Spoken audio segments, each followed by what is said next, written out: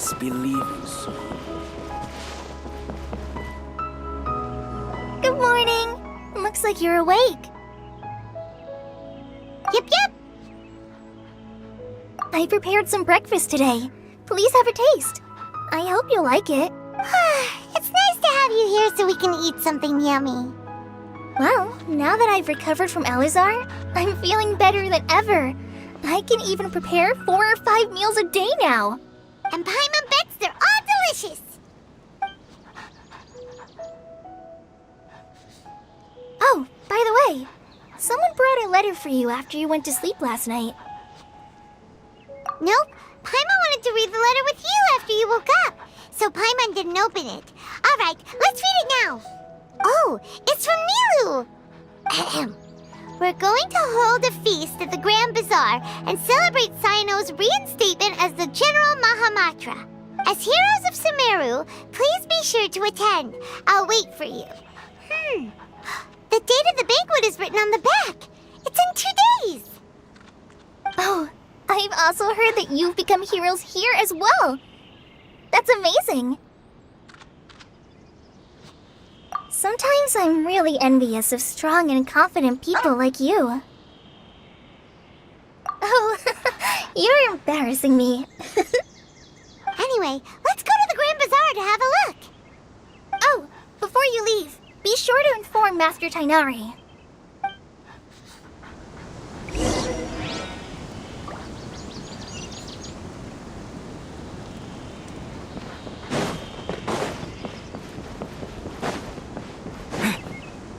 Tainari!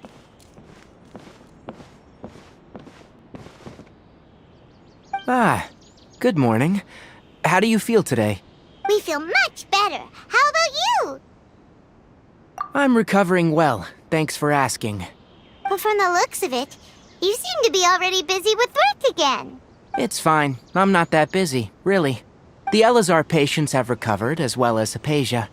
For now, I only need to tend to my Forest Watcher duties. It seems once Irminsul started getting better, everything else started to recover too. Yes, but there are still some residual effects. The withering is one example. Though it won't spread anymore, the existing zones won't just disappear. We forest rangers will still need to do the work. By the way, we have some good news. Cyno got his position back. This news is hardly new. He had already mentioned it to me before. Huh? You mean he was already here? Why didn't he come to say hi to us? He visited once, but he was afraid of disturbing you while you were resting. He just asked me a few questions and left. Then you probably already know all about the celebration feast. Celebration feast? No, I haven't heard anything about that. Huh? But didn't Nilu say in her letter that they would celebrate Cyno? He didn't tell you? Perhaps. Or, alternatively, he doesn't know about it either. Come to think of it, Cyno doesn't seem like the type who'd enjoy a celebration feast. You and Kale are both Cyno's close friends. Why don't you come to the feast with us? Kale has taken over some of my tasks these days. I don't think she'll have time for it. Not to mention me. You see, some VIPs have come to the forest recently. Huh? VIPs? Very important Paimons? Well, technically speaking, they are former VIPs. The sages involved in recent incidents have begun their training in the Avidia Forest, and the people they had previously imprisoned have all been released. Huh? Yes, he's a little weak, but he isn't injured and his condition is stable. Lesser Lord Kusanali, in her boundless mercy, has decided to spare Azar and the other wrongdoers. Supposedly, they were ashamed of their shallow ideologies, and have decided to dedicate the rest of their lives to cultivating wisdom in the Avidia Forest. When they learned that Lesser Lord Kusanali had defeated the Balladeer and saved Irminsul, they were shocked at first, but also became happy, feeling that the sacred light guiding them on the path of discovering wisdom had begun to shine once again. As a result, work has increased for the forest rangers. That sounds really exhausting. There's nothing we can do, really. But that's another topic. Back to the matter at hand. Are you two planning to head out? Ah, right! We're here to request permission to head out. Would that be okay? You've recovered well. You may go. But be careful. Yay! Will do!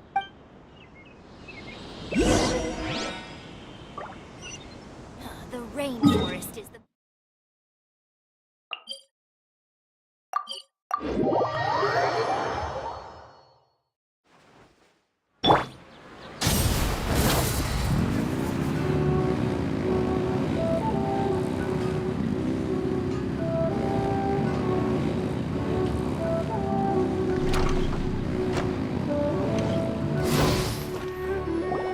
Well, there won't be any problems if the feast starts at that time.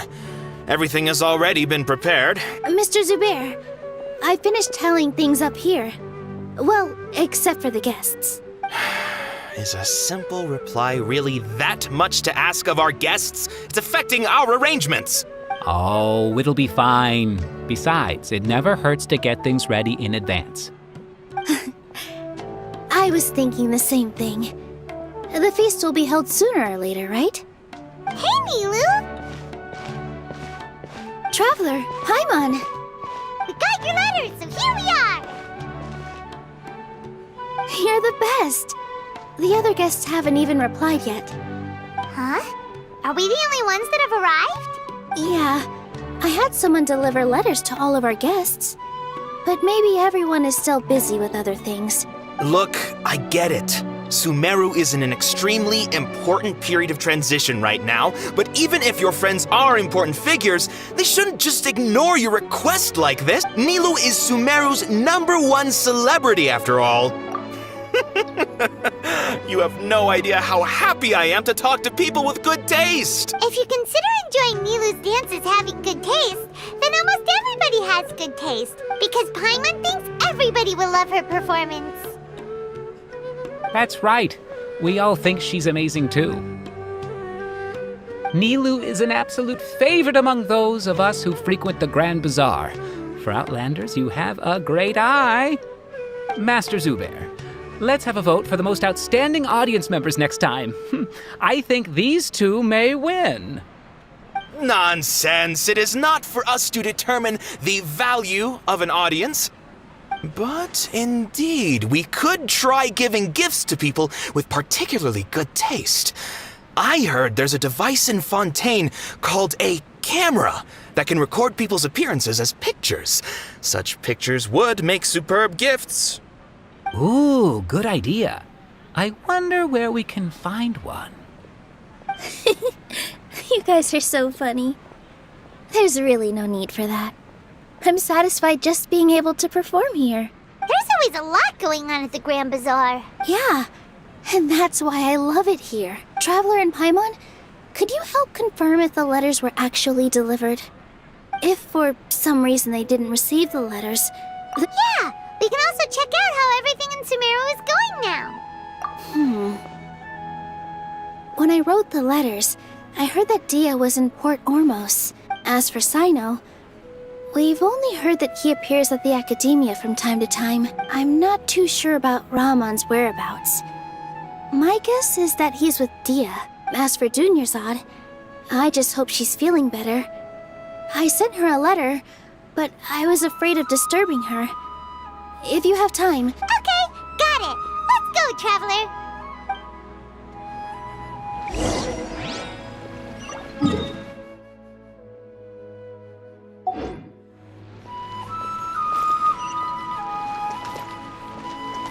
Rise with the sun!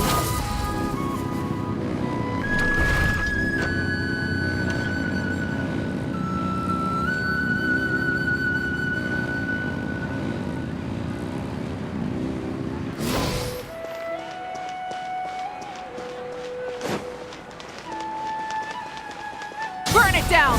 Try and stop me!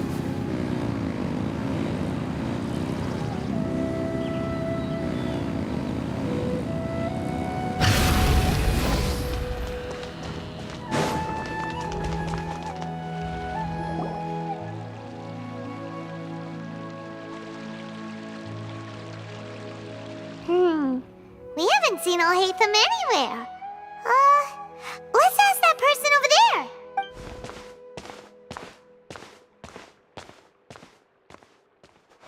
Hey there! Have you seen Al-Haytham around? Yes, it seems Scribe Al-Haytham has gone to the House of Dana. You should be able to find him there. But you're already the second group of people I've seen looking for him today. Oh? Who else was looking for him? Mr. Cavey was just here asking about him. You wouldn't believe how terrible their relationship is. And now you two are here. Don't tell me everyone's here looking for gossip about the sages. No way! We're strictly here on business. Ah, I see. Sorry, I thought maybe everyone's as interested in rumors about the sages as I am.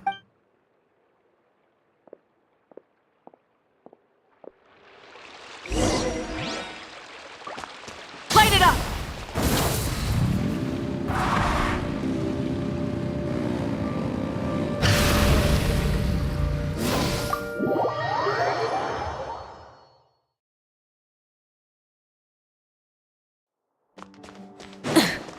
Rise with the sun! Full throttle!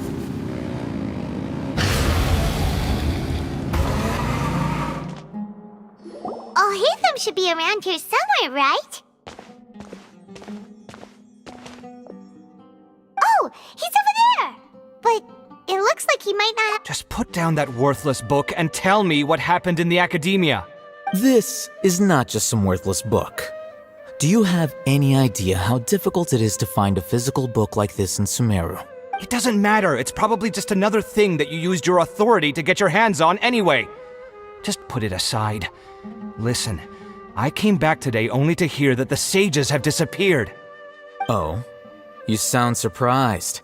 I thought you would already know the inside story. Would I be here asking you if I knew? You're the scribe, not me. So just tell me what you know already. Well, I almost became a sage. Huh? Oh, don't sound too surprised now. You're the renowned Kaveh, light of the Ksharawar. Besides, as a master builder and craftsman, chances are you'll be appointed as a sage too. Why do I feel like you don't really mean it? What makes you say that? Why would you question my heartfelt sincerity? Maybe it's because you've never said anything good about me before. Yeah, well, I share a similar sentiment, and anyone who knows you as well as I do would surely do the same. Ugh, you... See? This is why I hate discussing anything with you. Your ridiculous and arrogant attitude always gets in the way. It seems that you really can't stand my personality. Ha! What was your first clue? Well, then you might as well move out of my house. Are you threatening me? Stooping to a new low, I see. Ugh, and don't change the subject. You, a sage? What a joke. The academia might as well just close tomorrow. Are they having a fight? Forget what's going on with the academia. Haven't you been busy with your construction project? Tell me, when are you going to build yourself a mansion? Don't get me started. I get angry just thinking about it. So, what great building did our master architect work on this time? Like I need to tell you. Keep your nose out of my business. No, I think we deserve to know. Where were you when Sumeru needed you most? I was in the desert for a large project, but considering Haravatat's utter ignorance of architectural and aesthetic matters, you probably wouldn't understand. Which is truly unfortunate. I can only pity the man who doesn't understand the first thing about beauty and romance. Unlike a true... hold on, wait a second. What do you mean by when Sumeru needed me most? Well, while you were out fiddling around in the desert, many people came together to save Sumeru from a crisis. Ha! And you think I'd believe that? Look, all you really need to know is that Azar and all his accomplices have all been overthrown. Huh? What nonsense are you talking about?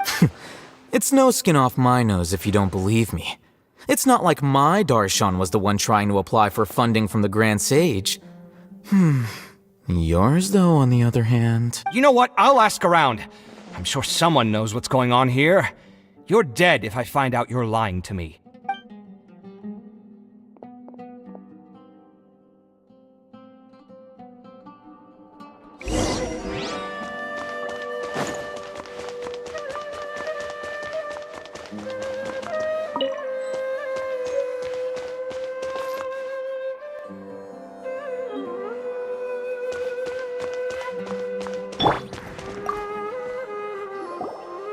Alhaitham. Oh, it's you two. What's the matter? We're running some errands for Nilu. Have you received her letter?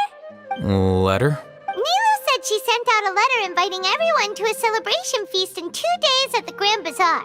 We'll also be celebrating Zaino's reinstatement as General Mahamatra. If she addressed the letter to Alhaitham of the Academia, then the letter should have gone to my office. I've been busy these days, so I haven't had time to check for any new mail at my office. I only now have some free time to attend to personal matters. Have you always been so busy with your work? Of course not. I'm only busy these days because several sages have been dismissed recently and the whole Academia was practically turned upside down. Kainari told us they all went to train in the Avidia Forest.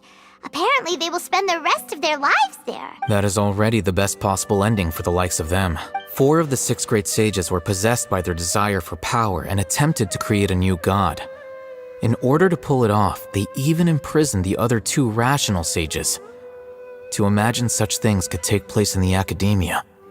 I don't know where to begin. Yeah, you're right. Huh. Feels kinda strange to hear them called that after all this time. But then again, the 6 great schools sounded pretty impressive too. Yes, at least that's how they're supposed to sound. It's said that when the Academia was first founded, the Dendro Archon herself established the 6 great schools, each representing one of the 6 different types of wisdom. Numerous Darshans have sprung up and faded. Only the 6 Darshans, attaching themselves to the 6 great schools, have stood the test of time and obtained permanent seats in the Academia. Now, the 6 Darshans are nearly synonymous with the 6 great schools, and the leaders selected for the schools are the 6 great sages. Among the 6 great sages, there is one central leader, the Grand Sage. Unfortunately, only the sages from Vahumana and Amorta remain now. They were imprisoned for opposing Azar and were only rescued after Azar's downfall. So who's managing things in the other 4 schools now? Do they need to find someone new? Yes. Normally, new sages are selected based on a strict set of criteria. Oh, didn't you just say something about becoming a sage? If they pick you, then we'd have a huge connection in Sumeru. Yes, about that. You didn't let me finish my sentence. The person in charge of personnel affairs nominated me to be the Grand Sage in place of Azar and help Lesser Lord Kusanali manage the Academia. But I refused. Huh? But why? Ugh, can't you be a little more ambitious? I'm not even interested in being one of the 6 great sages. Like I said before, I don't like being a leader. Oh, all right. So are you busy these days trying to find others to take the job? That's not my job either. I'm only responsible for handling important affairs within the Academia before the new sages take office. And the first thing I'll do is reject Kasharawar's application for funding. By the way, who was that other person just now? Is he your friend? Do we look like friends? Paimon doesn't know. That's why Paimon's asking. His name is Kaveh, my roommate. You could say he's the representative for Ksharawar scholars. Which is exactly why he always has so many problems. So everything that's happened recently must be a huge change for the people of Sumeru. Such is the work of the Academia Scribe. Well, anyway, no matter how busy you are, since you are our planner, remember to attend the celebration feast in 2 days. Alright, I'll see you there.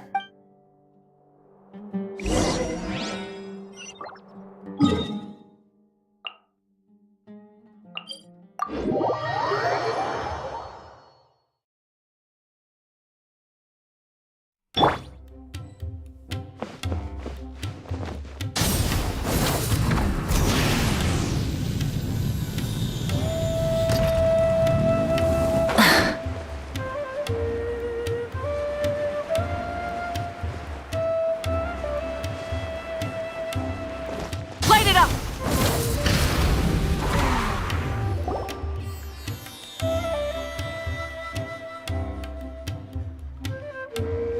This is Port Ormos.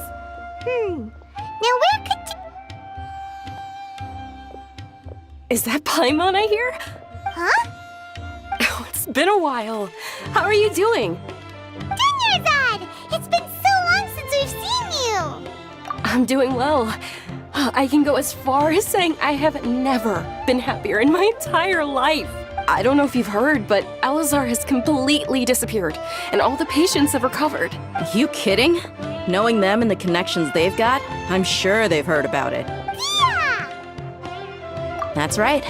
My lady is feeling better now, so I'm accompanying her for a walk. Why do you still call me that, Dia? You've already informed my father of your resignation. I guess I'm just used to calling you my lady. Old habits die hard. Resignation? You mean you're quitting? Yeah, I might start losing my edge if I keep being a bodyguard for the Homayanis.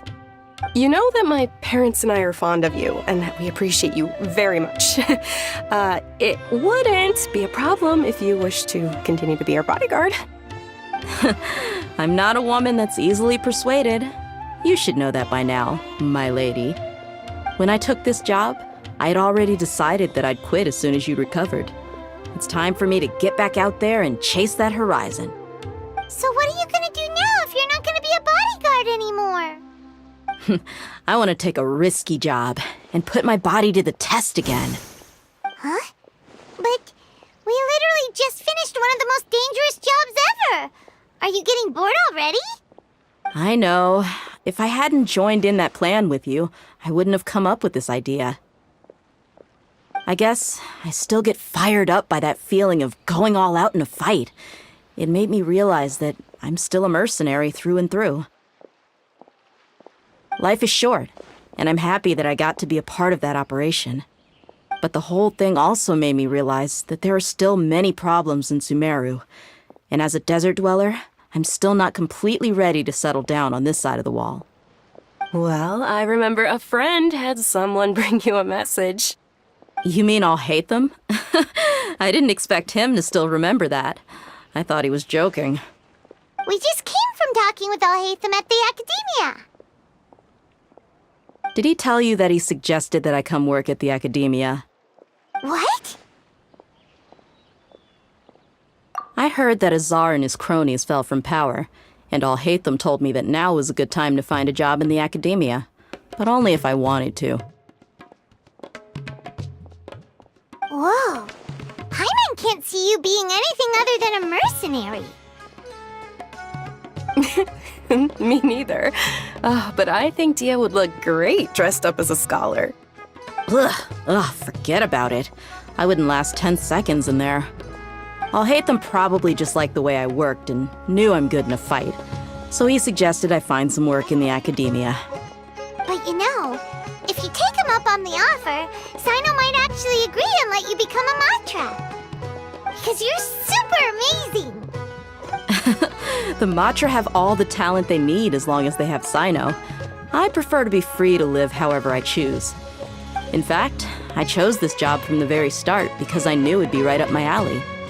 Even if being a mercenary means facing all kinds of danger. A lion has to return to the wild sooner or later. If anything, being your bodyguard has been unfamiliar territory for me. I don't want to see you go, but I'll respect your decision. I'm glad to hear you say that. Come on, no need for the sad face. It's not like we'll never meet again.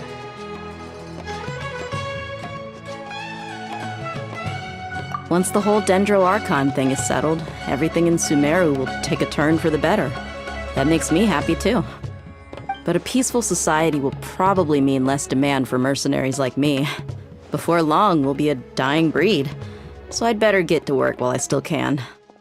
Huh? But wait a second! You make it sound like you're leaving now! Well, no, not yet at least. I promised my lady I'd stick around until next week. So, have you been in Port Ormos this entire time? We were wondering if you had received a letter from Nilu. Oh, did Nilu write to us? She heard that you were seen in Port Ormos, so she sent the letter here. Huh. It was probably sent to the inn that we're staying at. My lady has been very energetic lately and keeps taking me on hikes, staying out even into the night. By the time we get back, the receptionist is usually off napping on the job. Right, and we tend to leave quite early in the morning, so the old man on duty is also usually dozing off. So what it really sounds like that the person on duty is always asleep. I bet the letter's at the reception desk. I'll go check later. No wonder there wasn't a reply. You never received the letter. Good thing Nilu asked us to come and check on that. Sorry to make you two come all the way out here. It must be something important for Nilu to specifically write to us like that. Yes, she said they were preparing a victory feast in the Grand Bazaar, and will also be celebrating Sino's reinstatement as General Mahamatra. She was hoping you could come. Great! I'll be sure to attend. Count me in too. But is there some sort of dress code or anything for the feast? Can I just show up looking like this? Since it's being organized by Nilu, I don't think she'll be too picky about that. If anything, I think she wants to see us as our most natural selves. All right, then this is how I'll show up. The feast will be held in 2 days, so don't forget. Sure. Thank you so much for letting us know. We'll see you there. Oh, by the way, do you happen to know where Sino and Raman are? The General Mahamatra always comes and goes without a trace. Normally no one knows his whereabouts. Oh. But last time we met, he mentioned that he had something to do in Aru village. You can try your luck there. As for Raman, your guess is as good as mine. I only remember he said that he had something to discuss with Sino. You can ask Sino when you meet him. Don't mention it. You'd better get going. All right, on to our next stop.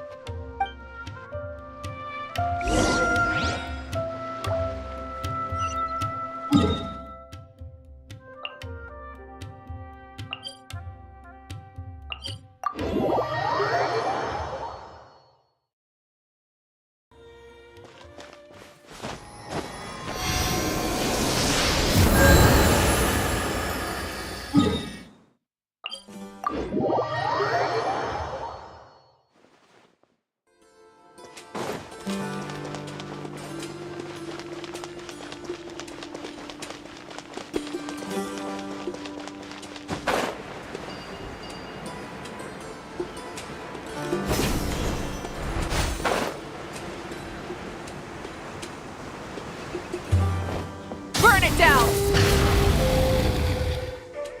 It's been a while since we last visited Aru village. Ah, there's Sino!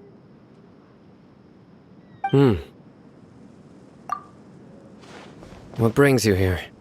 We recovered well, and Tainari agreed to let us leave, so now we're out and about again. It seems Gandharvaville's medical treatment is still as good as ever. Mm-hmm, and Tainari is recovering well, too. That's good to hear. Yeah, you're the one who brought us to him when we lost consciousness, right? You're welcome. Tainari has excellent medical skills, and Kale is quite attentive. It was the best place for you. But why are you just standing here like a dead tree? I'm meeting some people. Oh, you mean Candace? I've already talked with Candace and the village chief. They're still at the usual place. You can go there if you'd like to see them. But you know one of the people I'm meeting as well. Oh, by King Deshret's blessing, my friend suddenly appears in the desert. Don't tell me you've run into trouble and need us to help now. Raman! And... huh? Sataria? Oh, you know me? Oh, well, you're pretty famous in the academia. Don't worry, these are our friends. No need to be so guarded. I see.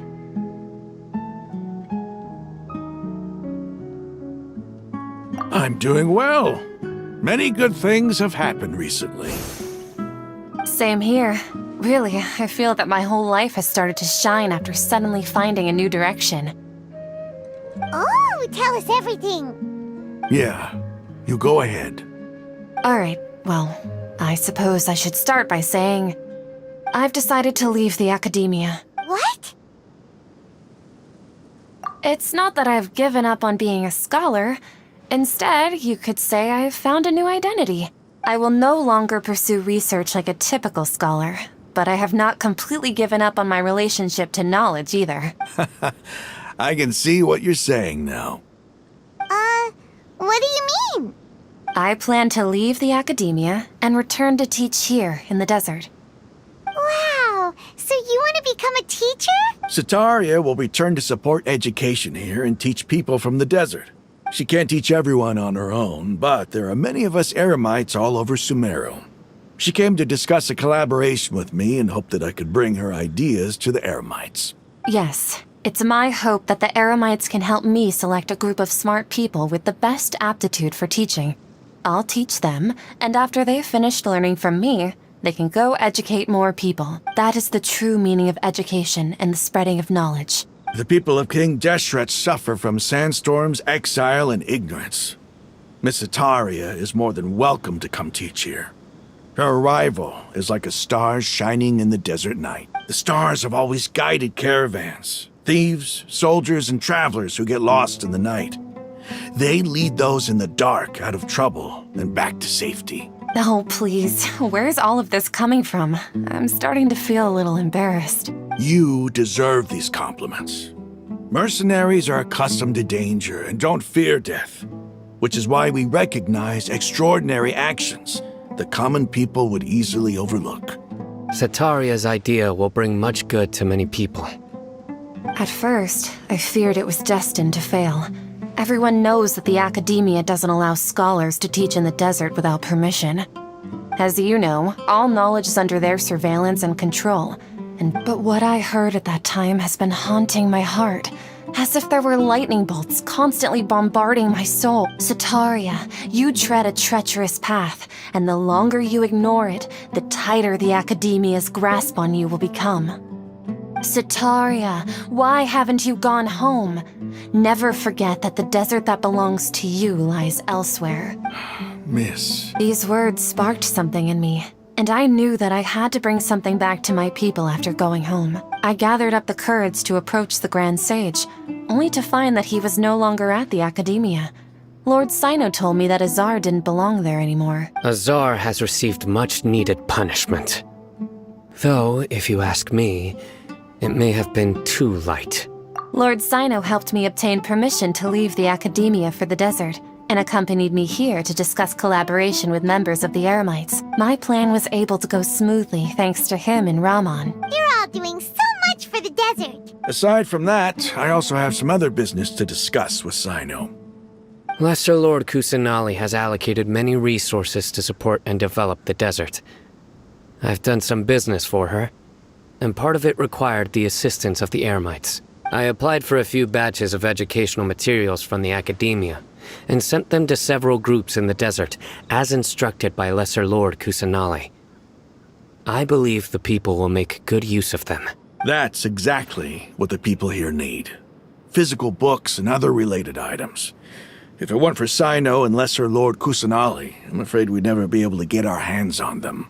Apart from this, the academia is also recruiting scholars that are willing to teach in the desert. I'll let you and Sataria know as soon as I have any more news. We must be persistent about this, and maintain these resources to ensure long-term effectiveness. This is the first time in hundreds of years we've had a glimmer of hope. I think this may be the turning point for the desert. Remember these words. Here lies our faithful priest, Kasala. His wisdom is a miracle among the people, deserving of high praise and admiration. I hope people with wisdom like that priest will rise again among the desert dwellers. Then we'll once again see the wisdom and glory that once shook the world. Enough about us. Are you here to discuss some business too? No, not at all. We're actually here on behalf of Nilu.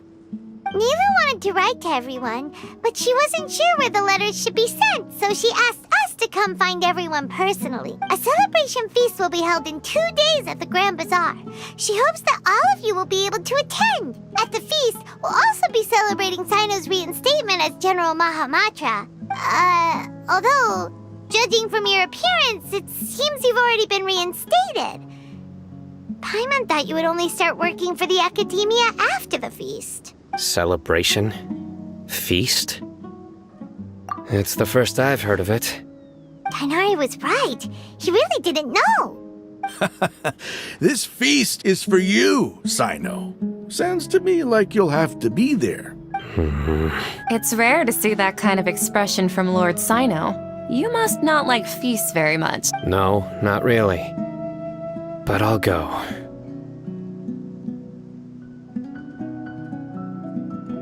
Well, I still have a lot to handle here. Besides, I need to look after Miss Sataria in the desert, so I'll have to pass. I'm afraid I won't be able to join you. Although, if you'd be so kind, please give a message to Miss Nilu for me. The message is, I'm sorry for how I treated you before, but now I understand the beauty of your dance. It's like a light shining in the sky. You and the art you symbolize are not only beautiful, but also lively and powerful, so much so that it was prohibited. Please keep dancing, and someday I'll be able to appreciate your art in person. Okay, we've got all that down.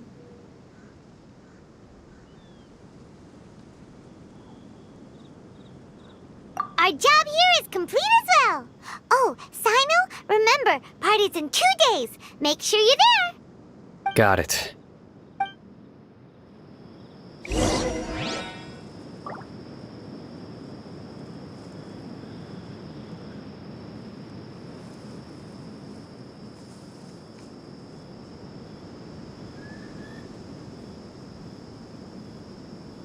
Yep, the numbers are correct.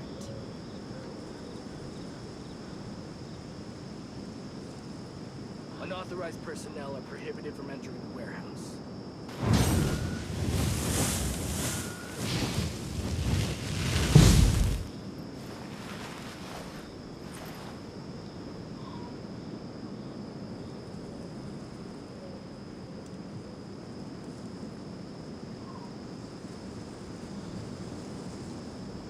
Yep, the numbers are correct.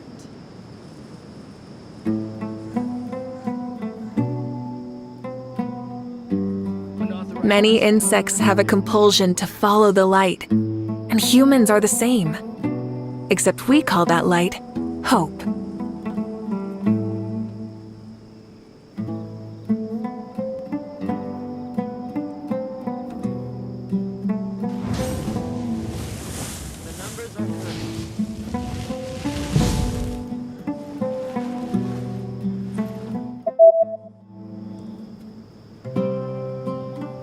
Unauthorized personnel are prohibited from entering the warehouse.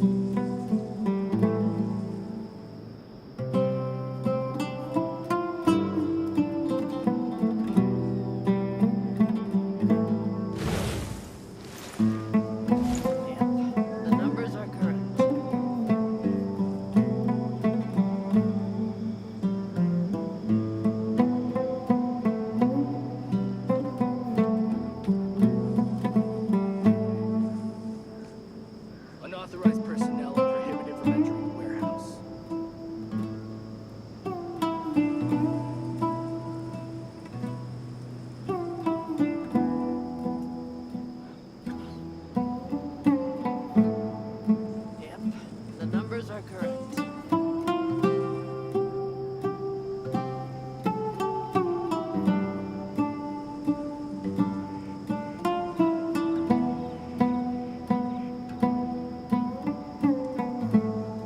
Unauthorized personnel are prohibited from entering the warehouse.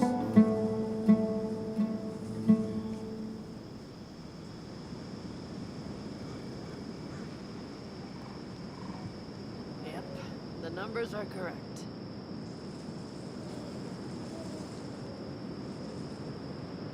Unauthorized personnel are prohibited from entering the warehouse. Yep, the numbers are correct. Unauthorized personnel are prohibited from entering the warehouse.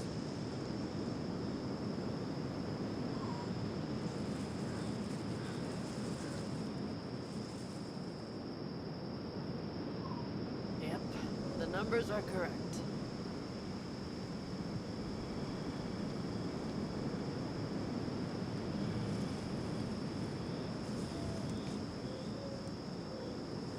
Unauthorized personnel are prohibited from entering the warehouse.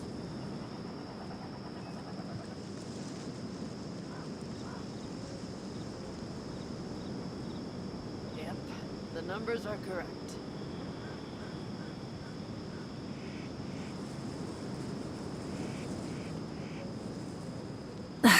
Instead of confining themselves to the heavens, God should broaden their horizons in the world below. Unauthorized personnel are prohibited from entering the warehouse. Many insects have a compulsion to follow the light, and humans are the same. Except we call that light hope.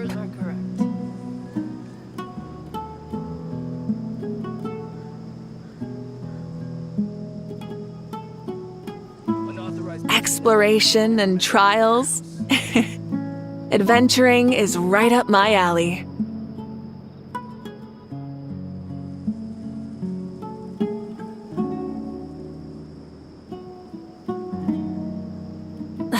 Instead of confining themselves to the heavens, God should broaden their horizons in the world below.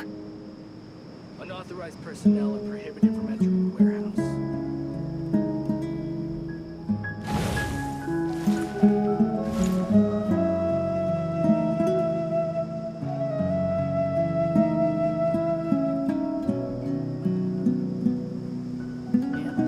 numbers are correct.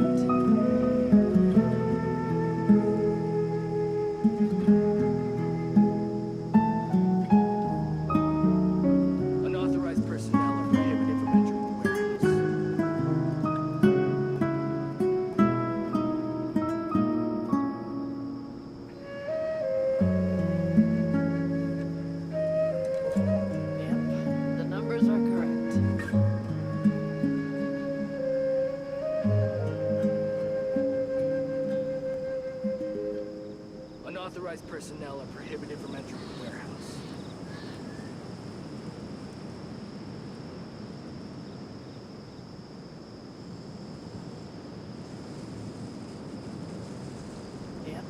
The numbers are correct.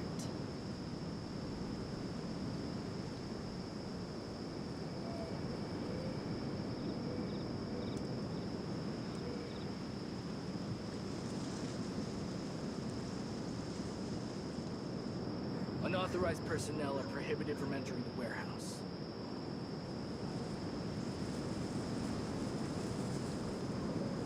Yep, the numbers are correct. Unauthorized personnel are prohibited from entering the warehouse. Yep, the numbers are correct.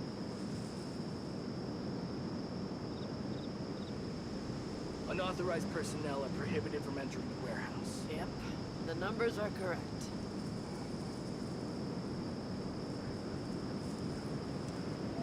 Exploration and trials. Adventuring is right up my alley.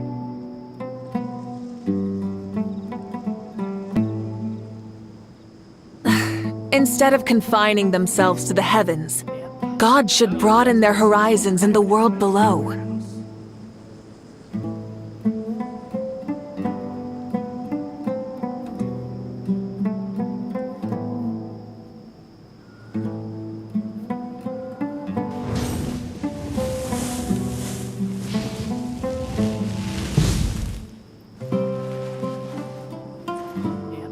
The numbers are correct. Unauthorized personnel are prohibited from entering the warehouse.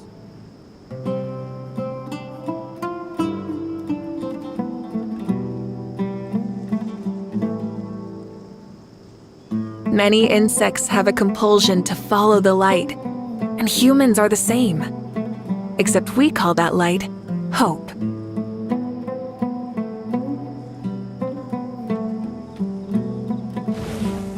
numbers are correct. Unauthorized personnel are prohibited from entering the warehouse.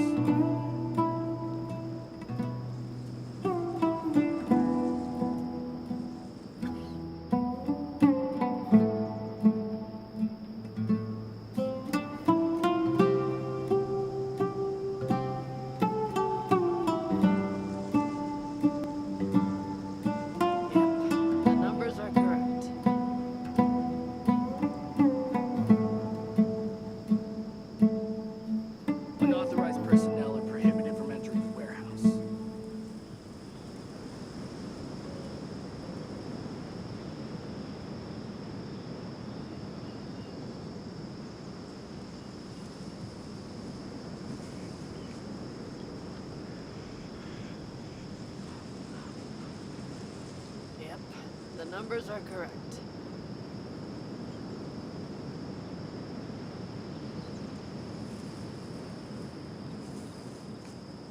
Unauthorized personnel are prohibited from entering the warehouse.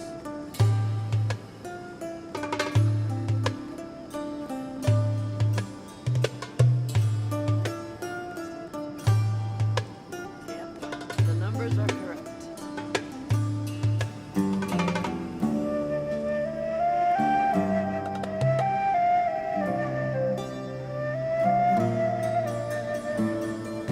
Unauthorized personnel are prohibited from entering the warehouse.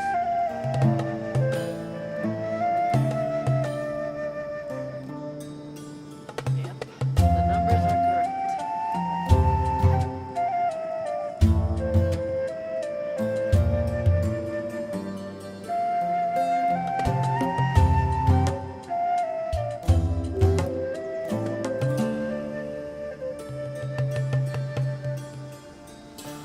Unauthorized personnel are prohibited from entering the warehouse.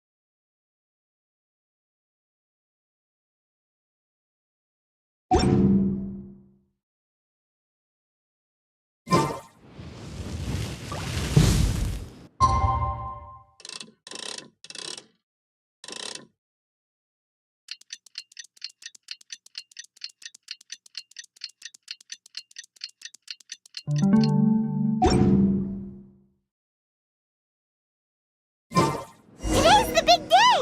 Let's go to the Grand Bazaar and see how the celebration's coming along.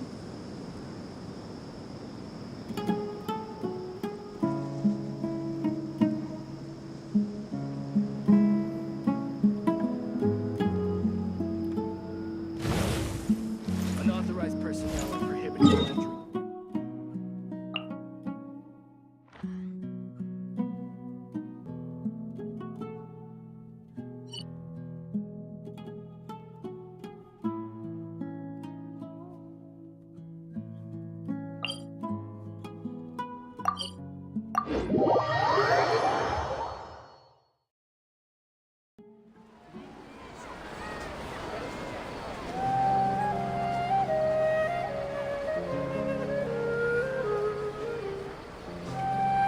Exploration and trials. Adventuring is right up my alley.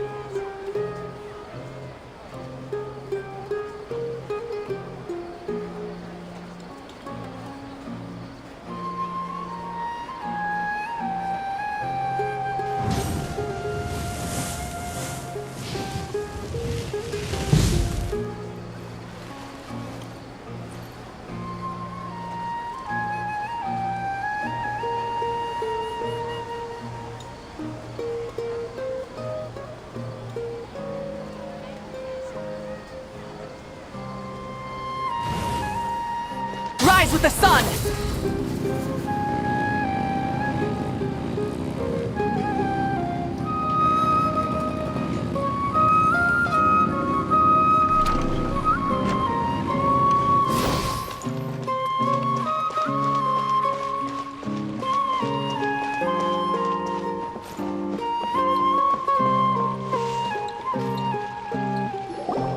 Everybody's already here.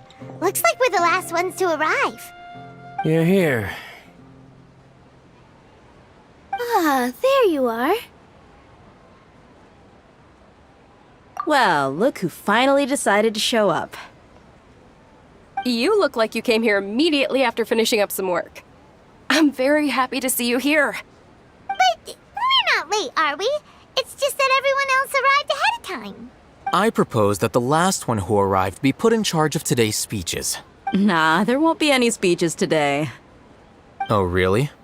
Well, even better. Come join us over here.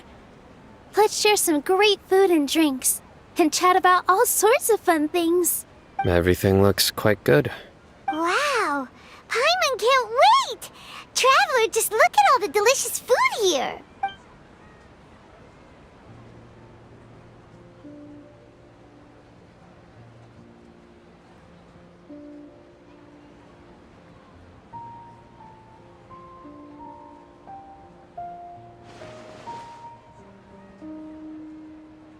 Whoa! It's so delicious! Oh, this grilled meat tastes amazing! The food was specially prepared for you by everyone in the Grand Bazaar. And we have gifts that were sent by the residents of Sumeru City when they heard we were holding a feast. Everyone that came said that you saved Sumeru and wanted me to thank you all on their behalf. Ah, feels kinda nice to be seen as a hero. I could get used to this. Being a bodyguard is also a hero's job. You've always been amazing, Dia. My lady sure has a way with words. Thanks. I'm glad to hear it. And I'm happy to meet everyone that participated in the great plan. Don't mention it. Come to think of it, we've really done something impressive together. It's unbelievable. We owe it to our abilities. And luck. Really? Why do I remember everybody thinking that luck was against us and feeling like we hardly had a chance of succeeding? That's how I remember it too. It's luck that brought us together, and it was luck that let us form a team. Then, it took even more luck for us to formulate a plan and implement it successfully. Moreover, judging from the results, everything worked out well. Yeah, everyone gave it their all when it mattered most. It was almost like a performance. We took the stage and put on our best show. Everyone played their part. And thanks to everyone's efforts, the performance was a great success. So, would you say we're good actors too? It's such a blessing that Lesser Lord Kusanali was able to return to power at the Academia. Yes! Even after being abandoned and neglected so many times, she's finally returned. Uh-huh. Lesser Lord Kusanali once used all her power in a great disaster, which resulted in her losing all her wisdom and memories of the past. The Academia basically abandoned her because of it. This should be something everybody should remember. Huh? You look surprised. I didn't say anything wrong. No, everything you said is correct. That's good. Something wrong? Yeah, what's with that face? You knew all of this already.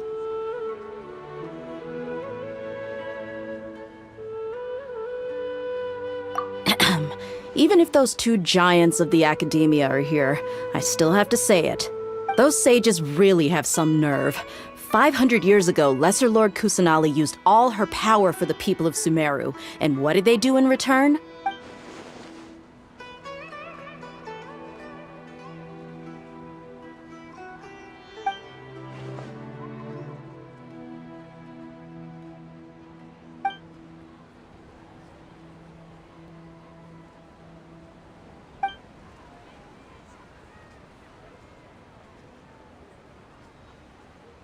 If you bite the hand that feeds you, don't act surprised when it turns into a knuckle sandwich, right, Sino?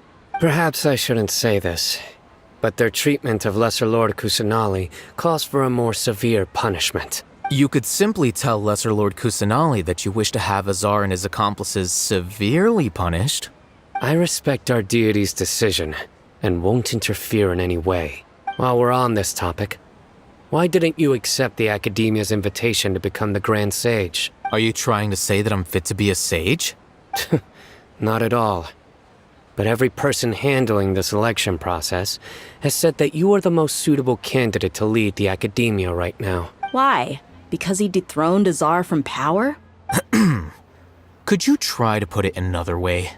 This is a good thing, yet you're making it sound like I overthrew Azar for my own personal gain. But seriously though, I always wondered if you had some personal motives behind it. I did have my own motive, but it had nothing to do with being a sage.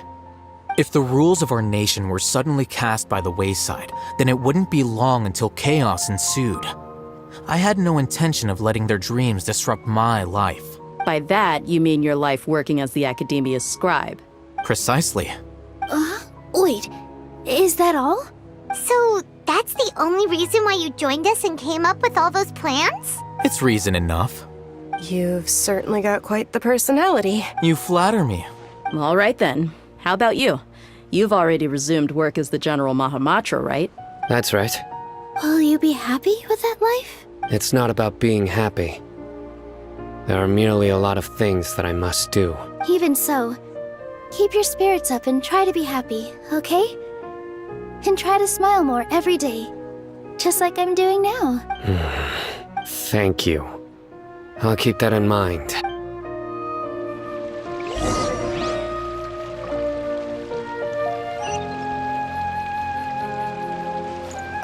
Ah, there you are, traveler. Well, how is it? Are you enjoying the... That's good. It's the first time I've ever invited so many exceptional people to one place. I was a little nervous myself. You see, every guest here is quite extraordinary. It's unbelievable that we've got everyone together here. Almost like a fairy tale. Make sure you live it up tonight. I'll be happy as long as you're enjoying yourselves. I'm honored to have her think of me this way. If I have a chance in the future, I would really like to invite her to one of my performances. I can't explain why, but I just feel elated right now. Thank you.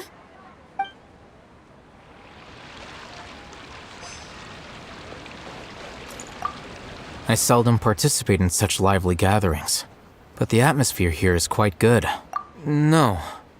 This gathering today has a unique meaning. The Grand Bazaar is lively because the people here feel happiness from the bottom of their hearts. That happiness is an emotion that'll be forever alien to those bookworms who have driven themselves insane by studying. I seem to have taken both keys when I left the house. Oh well.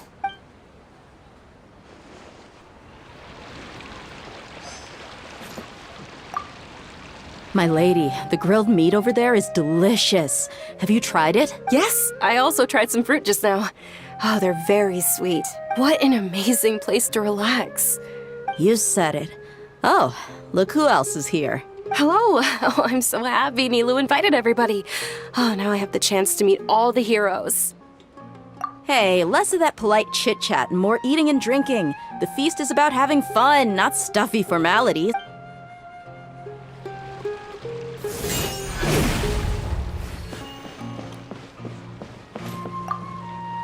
The atmosphere here is good, and everything is delicious. I don't often come to such places, but it feels quite good. I have a lot to handle these days. Otherwise, I could show you around. There's always next time. We're friends after all. This feast is pretty good. I like it.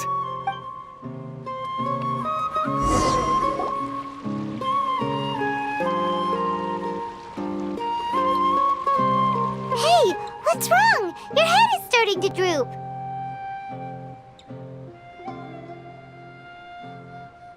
Hey, you can't just fall asleep here. Paimon will go find something delicious for you to eat. You'll wake up once you've put something yummy in your tummy. Of course, just wait here for Paimon.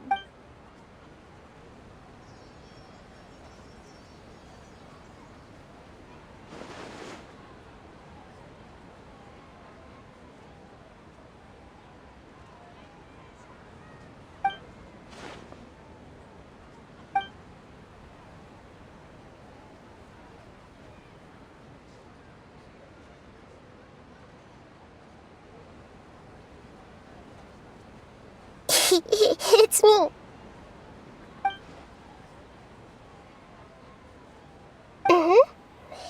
You may blame me for being a bit too self-indulgent. I was thinking about talking with you, and the next thing I knew, I had made a connection with you. The connection between us is amazing. It's like flora and the fence it grows upon. I heard there's an amazing celebration feast today at the Grand Bazaar. I wanted to have a look for myself, so I snuck in. Lately, I've been so busy dealing with all the fallout from recent events, so I really haven't had any free time. Although you've already helped me with a lot, there's still one more thing I hope you can help me with. Please say thank you to everyone for me.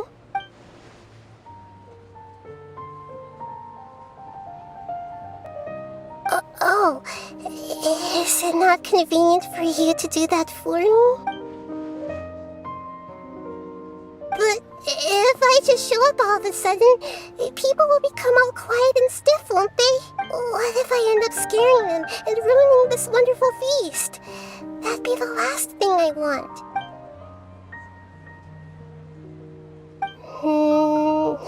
Let me think about it. Okay. Yes, I have.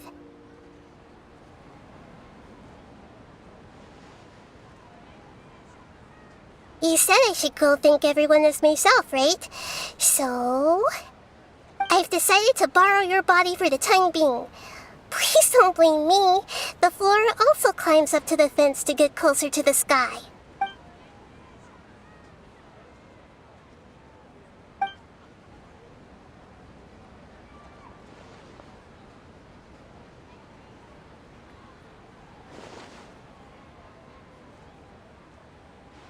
Everyone! Are you awake now? Paimon was just about to bring you the food. It's me. Huh? That voice. Nahida? Hold up. What's going on? I didn't expect to have a conversation with the consciousness of Lesser Lord Kusanali in the Grand Bazaar. Interesting. Is this also a part of the feast? No, of course not. Are you Lesser Lord Kusanali? Hello, Nilu. You know who I am? Yes, I already know every one of you. Nilu, Alhaitham, Sino, Dia, Paimon, and Dunyarzad. Lesser Lord Kusanali?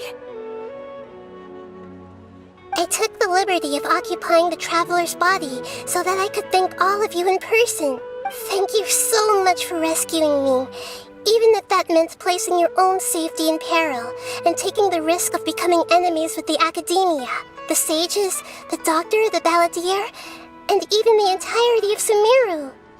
Without you, without any of you, I would have been in a much more difficult situation.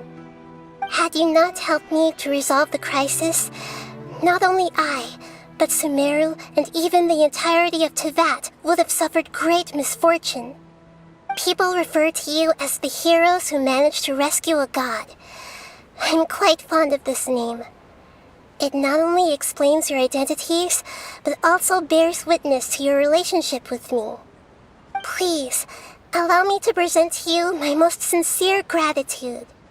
Lesser Lord Kusanali, you have done so much for Sumeru, and I didn't even have a chance to do anything for you. You don't have to do this. Dunyarzad, the suffering you endured during your illness is also proof of you being with me and praying for me. Thank you. You don't need to be so ceremonious. It's always been my duty to protect you. This is how the relationship between the Academia and Dendro Archon should be. We just did what was necessary and set things back on the right path. You're an Archon, but you act so humble. You really don't need to be so polite with us. I'm honored to have been able to take part in this plan. I hoped you liked the dance I dedicated to you. Thank you, all of you. Thank you so much.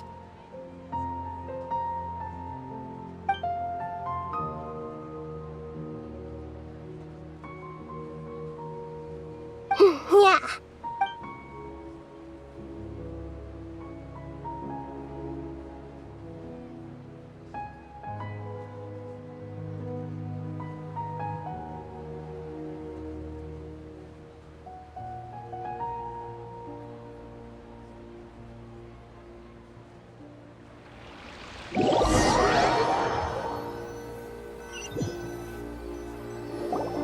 Are you awake? Did you rest well? After Nahida left, you ate a lot of food. You've become a glutton.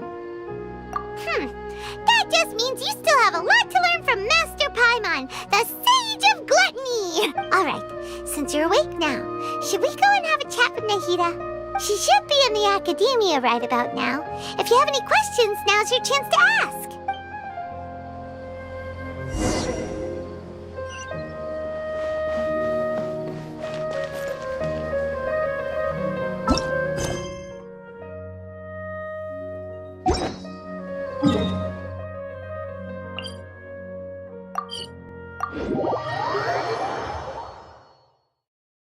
Burn it down! Try and stop me!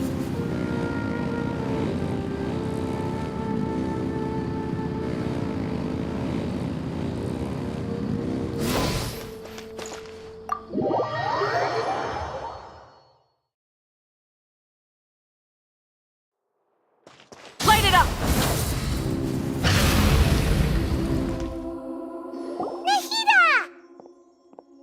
Hello, Traveler and Paimon. What a fantastic night. I'm still immersed in all the happiness and joy, like a candle floating on water. So are we, and that's why we're here to talk with you. Is there anything you want to know?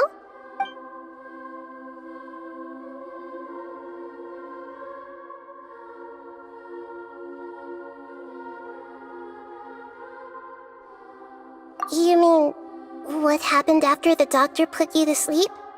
You guessed correctly. The top-ranked Fatui Harbingers, up to number 3, possess power comparable to that of gods. I was no match for him in that kind of situation. However, in spite of the bad situation, I still managed to make a fair deal with the doctor.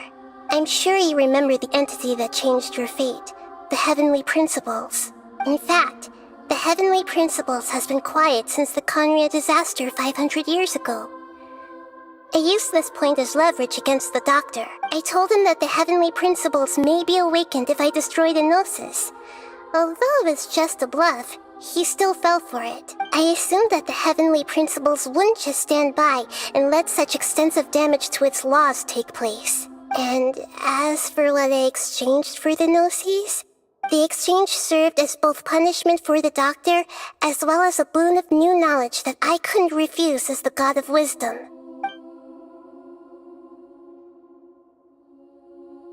Is that where you're headed next? Fontaine, the nation of justice? As far as I know, that nation operates in a judicial system. Does their Archon personally judge people? No, there's a Chief Justice in Fontaine. Generally speaking, the Hydra Archon, Focalor, won't preside over individual trials. However, even then, Focalor will still make herself present at just about every trial. It seems that she just likes to immerse herself in that sort of atmosphere. As Archon, she still reserves the right to influence the final verdict. Anyway, let's just say she's got, a very unique personality.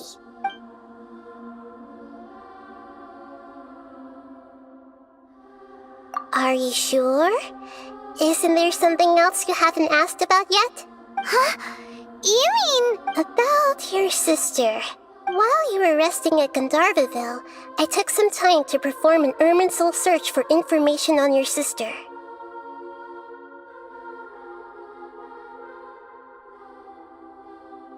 Yeah! Isn't Irminsul a repository for all the information and memories of Tevat?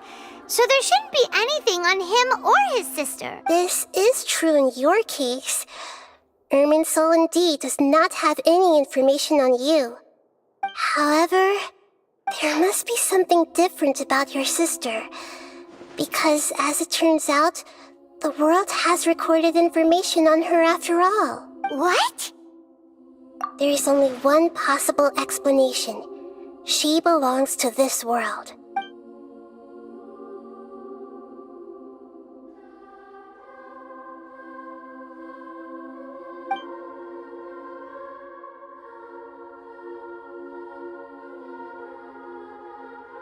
But nothing about this makes any sense! Wasn't this your first trip to Tevat?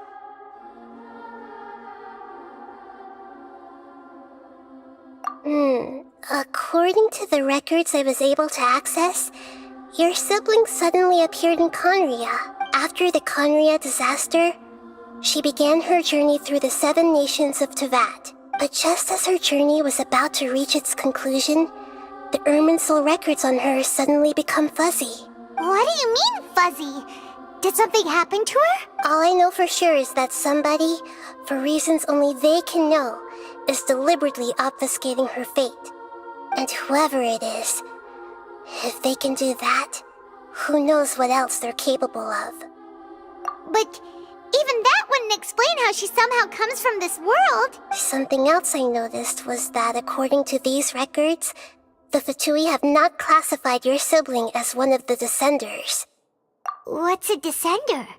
Paimon's never heard of it. Look, I'm sure you must be curious about the information I received from the Fatui in return for my gnosis, right? A very important part of the intel was about this world's Descenders.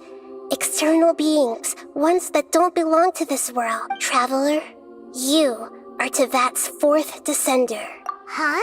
So the Fatui count 3 other Descenders before the Traveler, and his sister isn't even one of them? That's right. My current hypothesis is that the first Descender was likely what we now call the Heavenly Principles. As for the other Descenders, I still need to verify their existence. It could take me some time. Paimon's head's about to burst from all this crazy new information. And yet, even knowing all this, I'm sure you must still have a lot of unanswered questions. I must say, I truly regret that I can't help you more as the God of Wisdom. There are many questions in my heart as well. I will need some time to go through each one of them. And soon, you'll also begin your journey anew and depart from Sumeru. I'm very interested in your future. It's a journey that can't be observed or recorded by this world.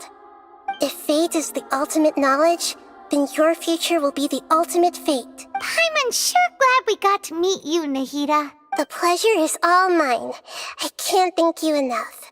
Alright, that's enough talk for today. If you ever miss me, just close your eyes, and maybe I'll appear in your dreams.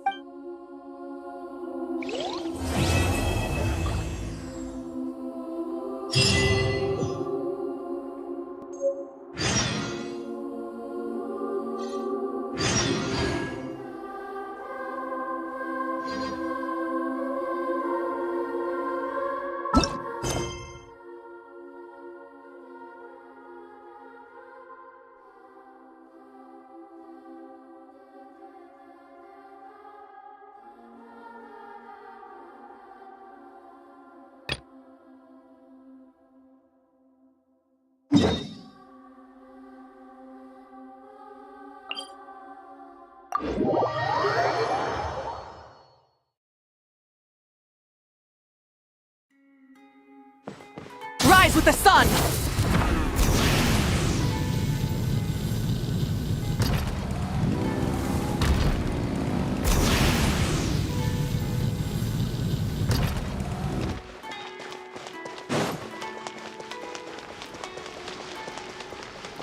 Burn it down!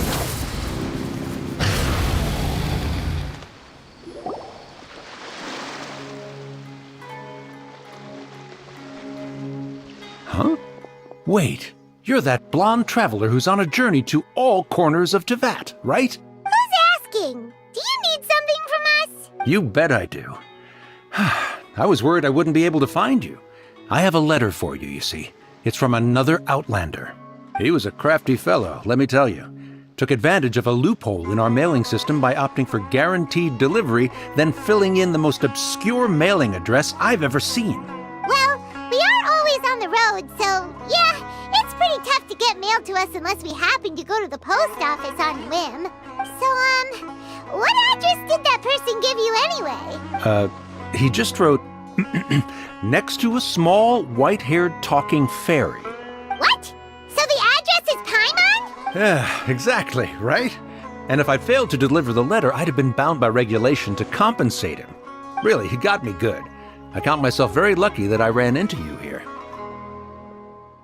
Of course, here it is. All yours. Come on! Paimon wants to have a look too!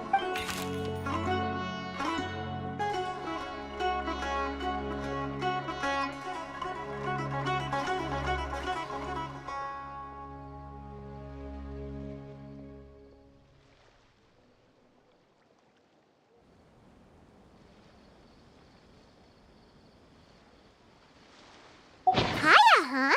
So he's here in Sumeru.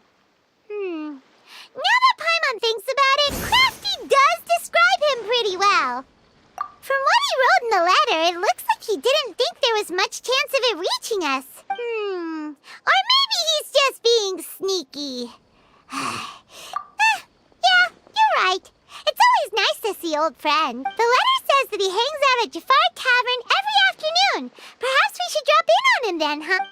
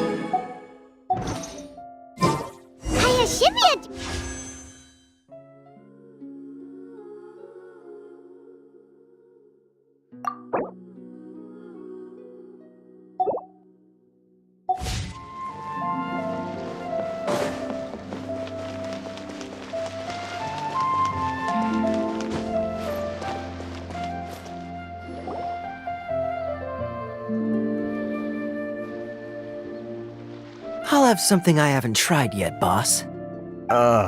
Sorry, sir. I'm afraid you've already tried every type of liquor we serve. Oh? Well then, just the bill, please. That's just as well, I suppose. I do have other matters to attend to. Kaya, you're really here!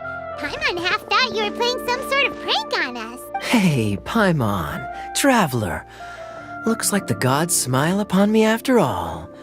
And come now, I wouldn't joke about wanting to see my good friends. Wait a second. You must be here on official business, right? What do you think you're doing spending every afternoon drinking at the tavern? You itching for a lecture from Jean? Not at all. The acting Grand Master positively terrifies me. Why would I ever do anything that might displease her? The truth is, I'm in Sumeru to learn about the alcohol industry here. So despite how it might look, I'm actually at Jafar Tavern for strictly business purposes. Sumeru's spices are famous the world over, and it's long been rumored that this fine establishment was where a certain very popular spiced cocktail was invented. That's why the Knights sent me, their foremost expert in alcoholic beverages, to come and see if it is as good as the rumors say. And how did that go? So far, so good. I'm already in talks with some spice merchants in Port Ormos about some potential collaboration. Yeah, that does sound like a great business opportunity. Guess Don Winery and Master D-Luke are gonna make a tidy sum from this one too, huh? Well, let's not get ahead of ourselves. Whether this lucrative opportunity gets passed along to Don Winery or not depends on how nice I'm feeling. Hey! Using your job to settle personal grievances isn't very knightly, Captain! Oh? What makes you say that? Very sharp of you. I wouldn't say I'm familiar, though. I just came here on the sly once, when I was very young. And? Do continue. Do I have to? When I said we could talk about the old times, digging up my past wasn't exactly what I had in mind. Well, all right, since you're so interested. Like I said, I was very young then. Dawn Winery had only just taken me in. I overheard my adoptive father talk about sending a team of merchants to Sumeru during a business meeting. I'm sure you'll agree that everyone's curious about their roots on some level. And my roots?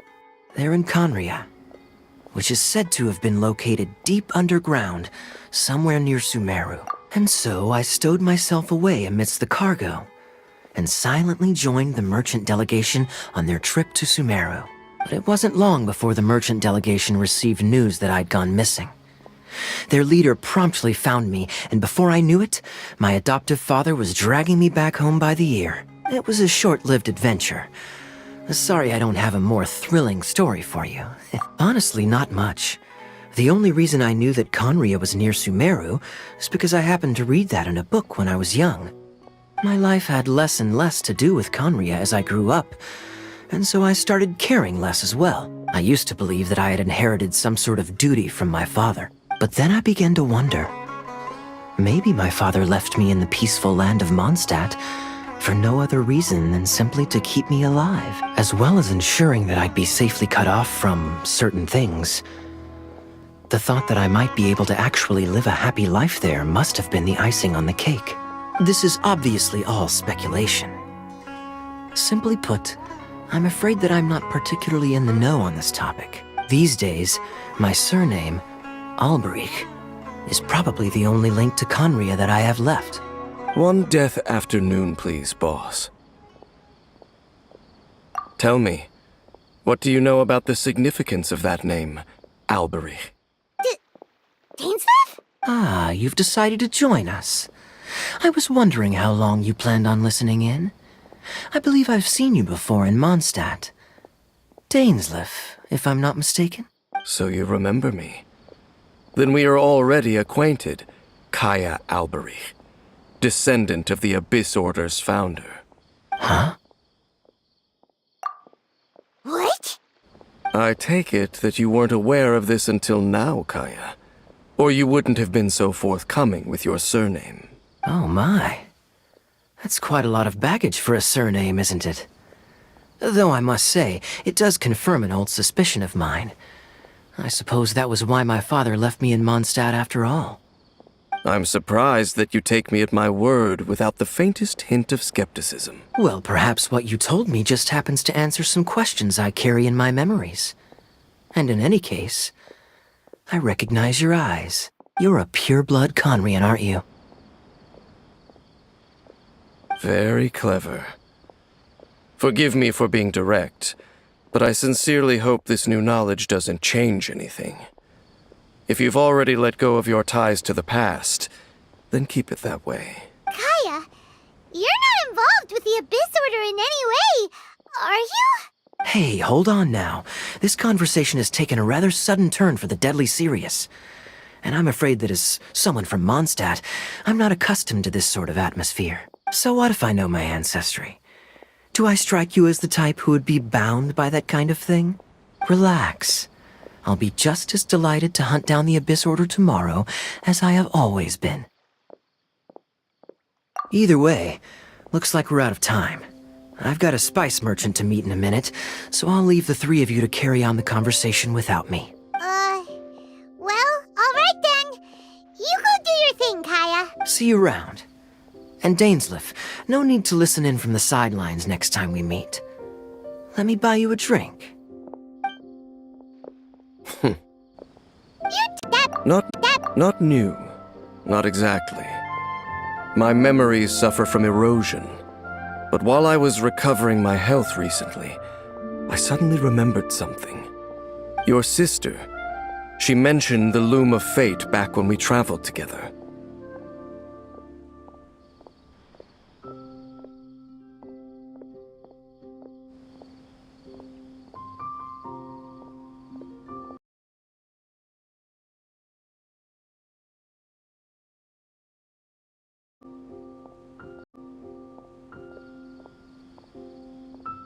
Apparently so. I was also quite surprised when these memories tallied up. I recall that we were traveling to Sumeru when the matter was brought up. So, your we're going to the place that she mentioned back then. Correct. At that time, they must have been introduced in one way or another to this concept. If I recall correctly, we were somewhere in Avidya Forest then. Well, what are we waiting for? Let's go! Maybe we'll discover some secret that's lain hidden for hundreds of years! No. Now is not the time. No, it's just, I'm still waiting for my drink.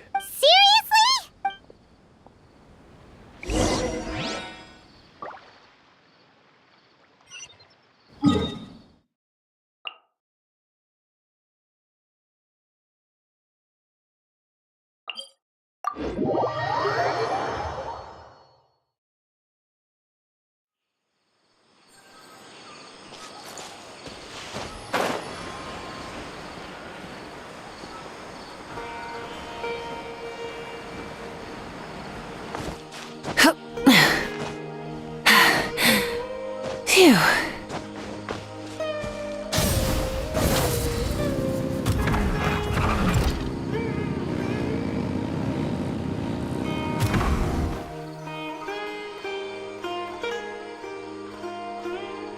Wait. This place, it's familiar. What about it? It looks pretty normal to Paimon. Was it like this hundreds of years ago too? Yes. The forest has barely changed from how I remember it. Let's search the area and see what we can find. Is this a field? It must belong to whoever owns that house over there. But it looks like it's been abandoned for a long time. You could be forgiven for thinking nothing was ever grown here. Or, wait, maybe nothing ever was grown here.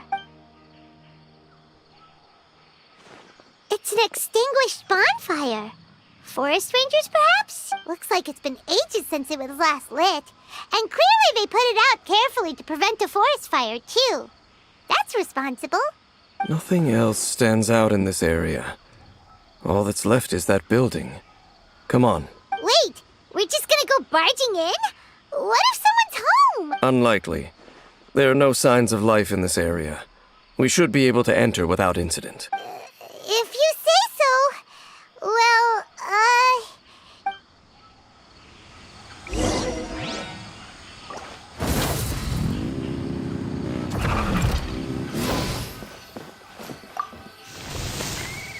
Huh. So there really isn't anyone home. This bed looks pretty ordinary. Huh. There's nothing underneath it either. What sort of person would want to live here? It's so dark and damp. Can't be all that comfortable.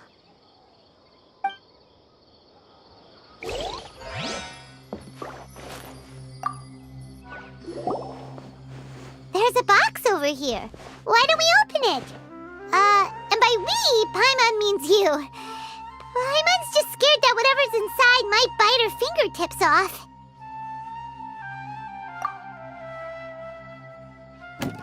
Huh? This is a mirror. It's broken, too. Was this a makeup box?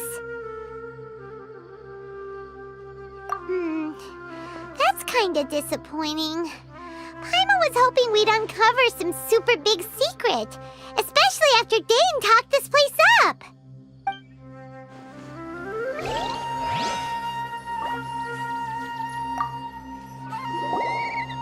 Hey, look! It's a bowl! Guess whoever used to live here liked to cook, huh? Can't you smell it? There's a heavy scent of medicinal herbs in here. Oh, so it's a medicine bowl? Seems you're right. You've got a good nose on you, Dane. Doesn't look like there's anything else worth our attention here. You sure we're in the right place, Dane? My memories are quite foggy, but my subconscious and instincts both assert that something once happened here. But we'll exhaust ourselves if we search aimlessly. I hear noises outside. Let's go and check. Noises? It's not much. Just some minor adversaries.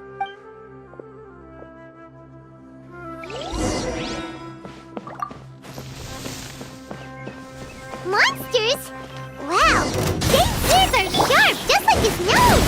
He's in surprisingly good shape for a 500-year-old. Although for someone who's as full of surprises as Dane, it's hardly a big deal. Anyway, let's beat up these monsters!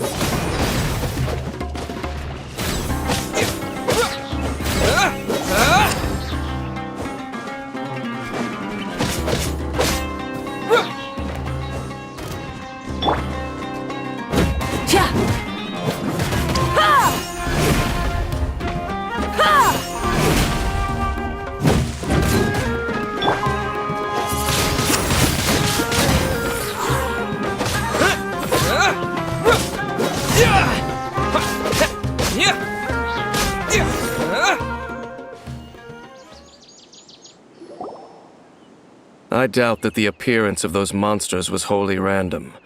There must be something nearby that attracted them. A ley line anomaly, perhaps. But it seems to be more than that. Okay. I'll go slightly further out to investigate any issues with the nearby ley lines. I might be a while. You should wait for me here. What?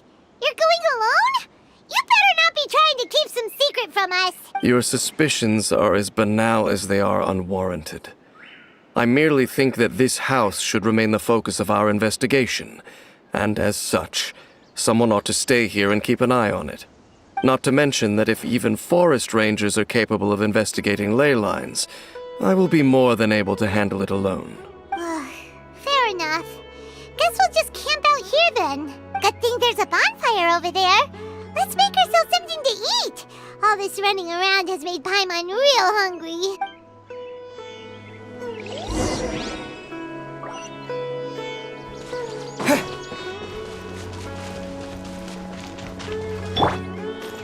Rise with the sun!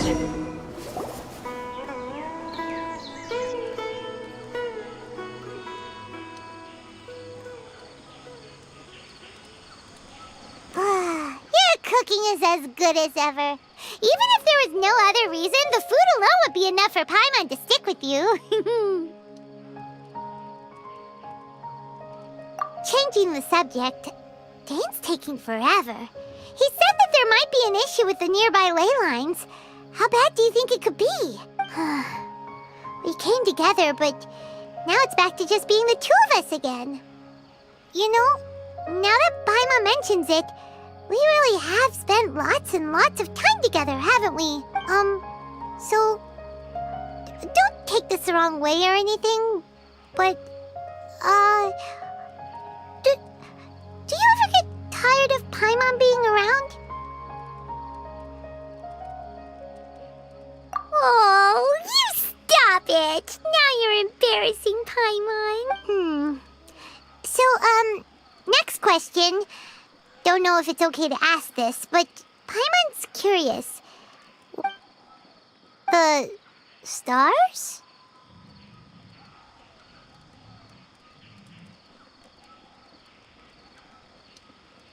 Wow.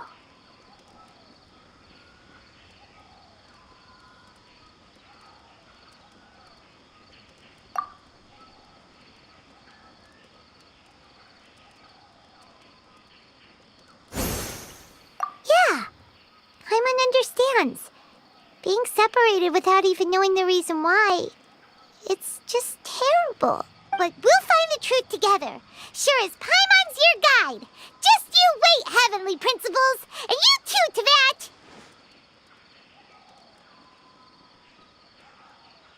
You know what? We've talked too long about this sad stuff. Let's talk about something happy instead, 'cause if you're sad, Paimon will be too. All right. It's getting dark, so why don't you rest?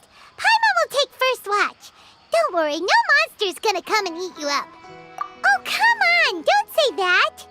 Paimon just wants to look after you for once. Nighty-night. Go on, shoo! Off to sleep!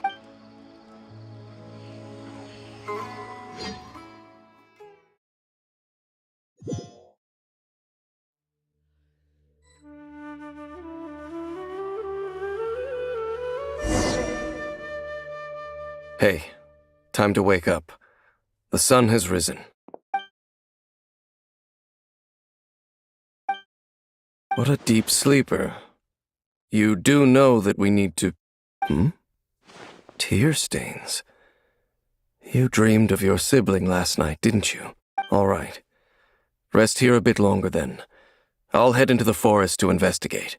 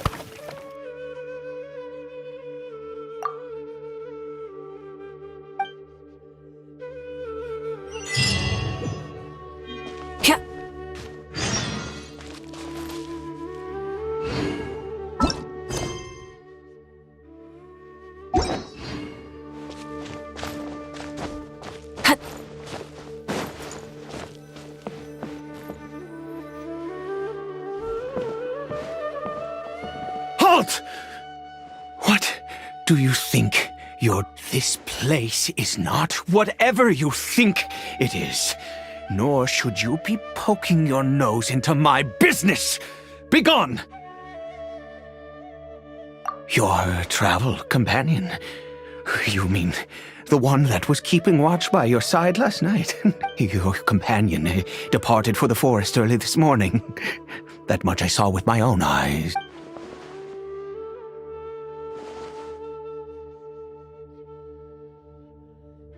What business is that of yours, All you need to know is that I claimed this place first, and what I do here is none of your concern. Do I make myself quite clear?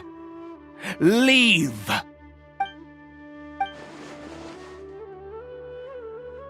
Well, what are you waiting for?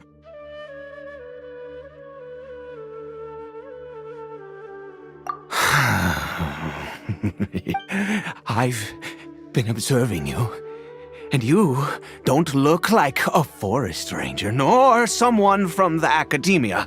Still, I'm warning you, no funny business. Promise me that, and you can do as you please. Okay, fine, whatever. Just move aside. I'm heading in. You... Oh, go on then. Have it your way. I knew I wasn't going to be able to hide this anyway. Just come in. But no overreacting to anything you see in here, okay? Come on then.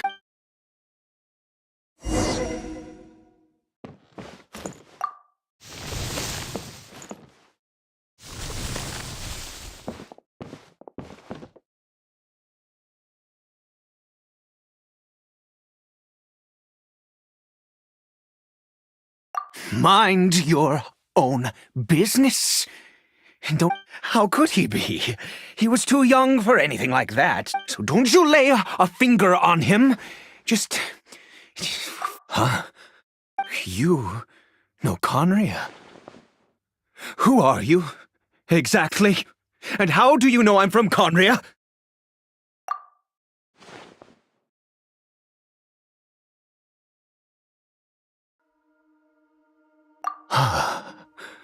Do you worship a god, traveler?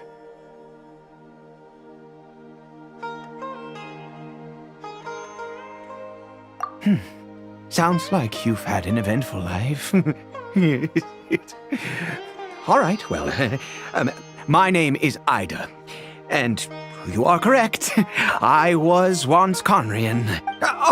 I apologize for my earlier hostility, but you must understand, as far as I'm concerned, humans who do not worship the Seven are nigh extinct, and all who place faith in the gods are my enemies. That may be. But the fact is that chances to talk to people like yourself have been few and far between since the cataclysm. This wretched curse of immortality. Who knows how long I must continue to suffer like this? The curse. It was a little gift. We lost our home, our loved ones, everything. The agony of the cataclysm itself was already too much to bear, but then came the curse, robbing us any chance of release. All we can do is watch helplessly as our souls erode and our bodies decay.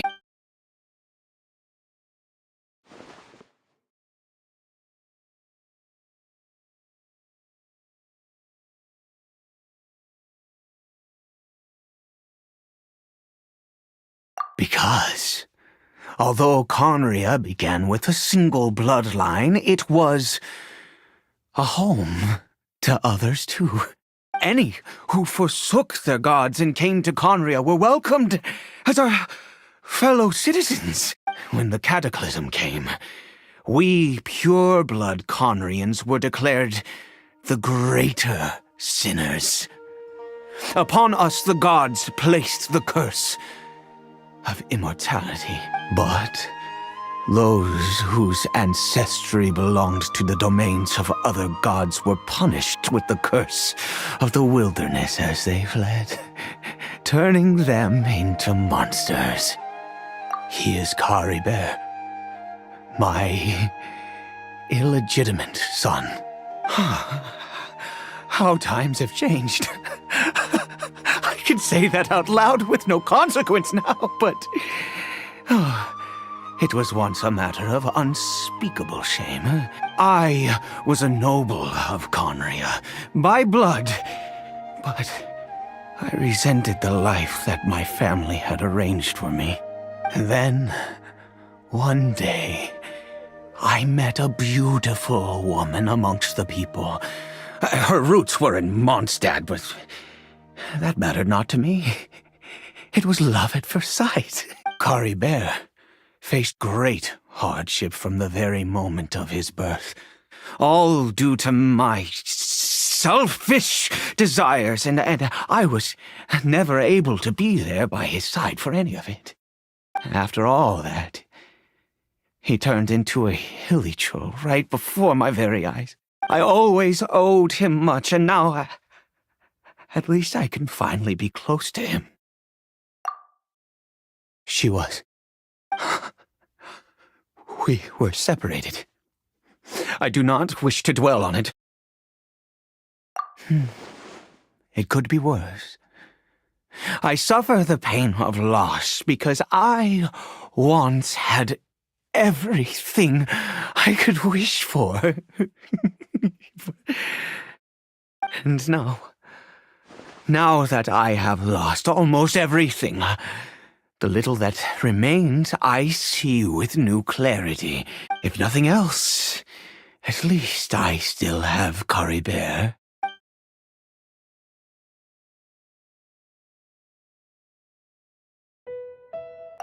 Yes, that reminds me. I only returned here to check on Caribert, but I do have other things I wish to do. You may come with me, if you're so inclined.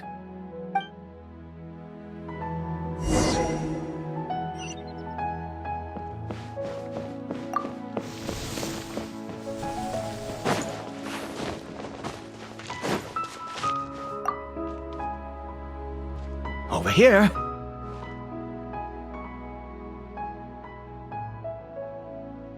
I'm sure you're wondering why I brought Caribert here to Sumeru. Well, it's because he needs a medicine that can only be made here. One which will help him to recover his clarity of mind.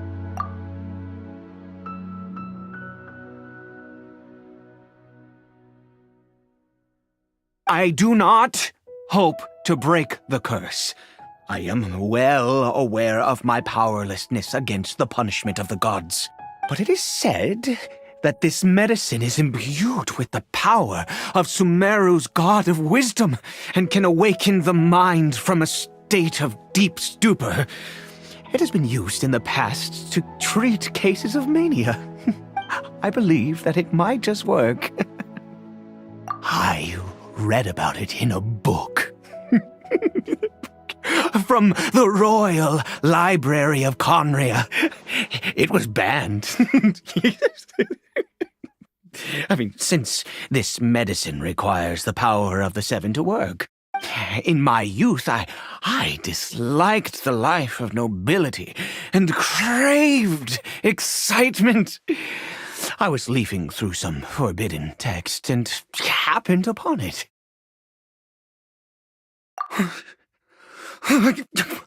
What other choice do I have?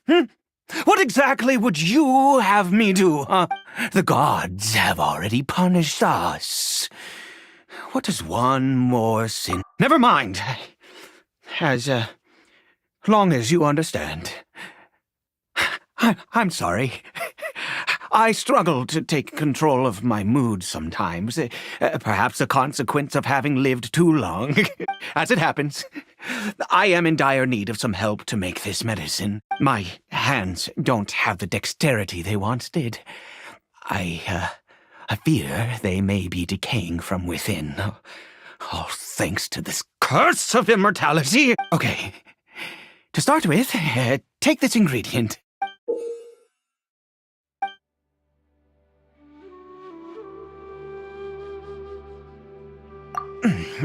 Also, do you have any, of Sumeru's regional specialties on hand? I believe they're called Kalpalata lotuses and Sumeru roses. Oh, wonderful! Oh, in that case, we have everything we need. This is the method for making the medicine. You just need to follow the steps.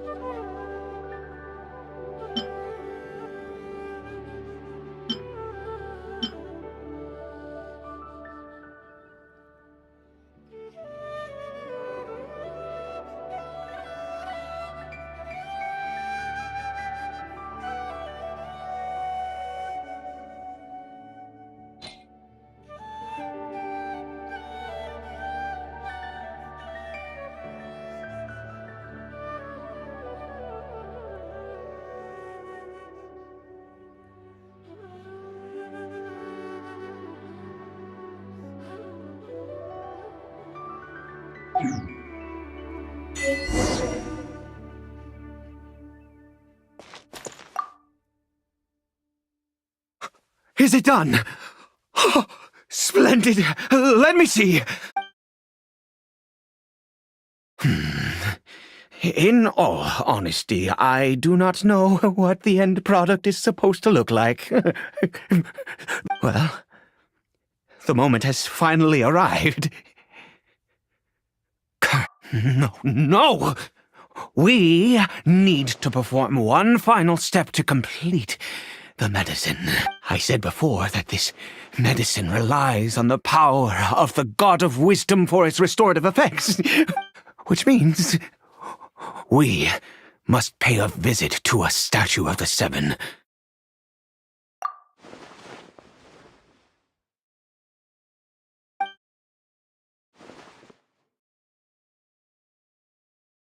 Let's go. Bring the medicine with you.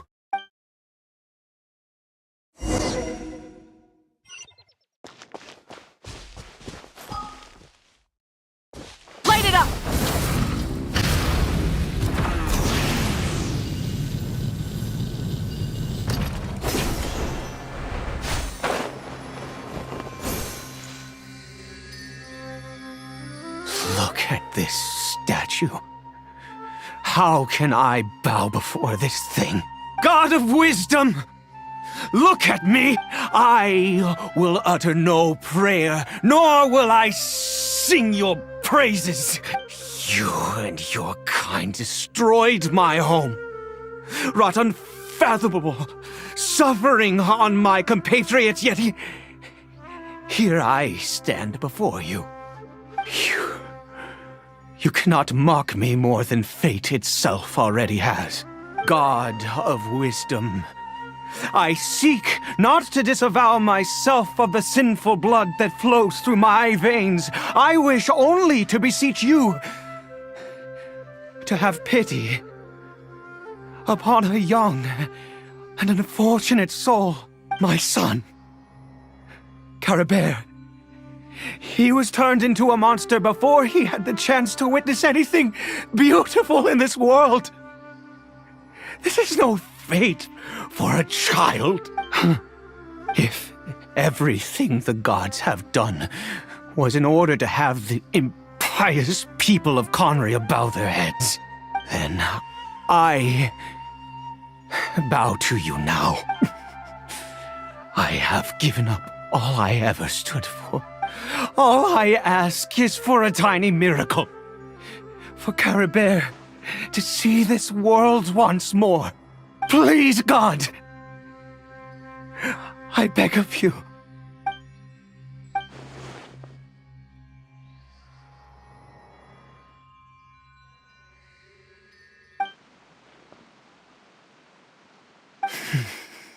I have made quite enough of a fool of myself for one day.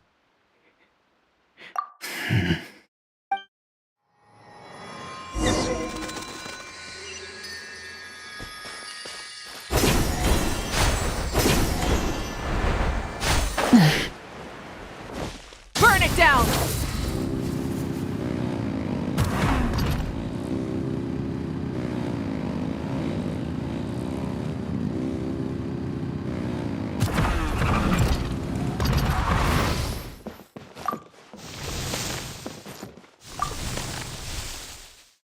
Caribert?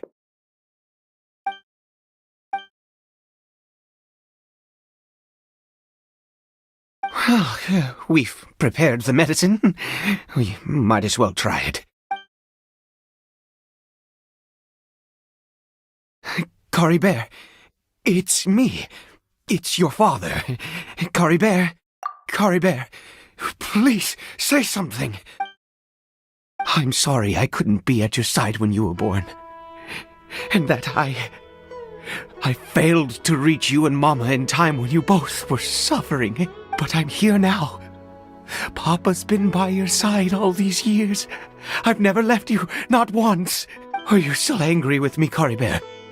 I know you're awake now. Do you not want to talk to me?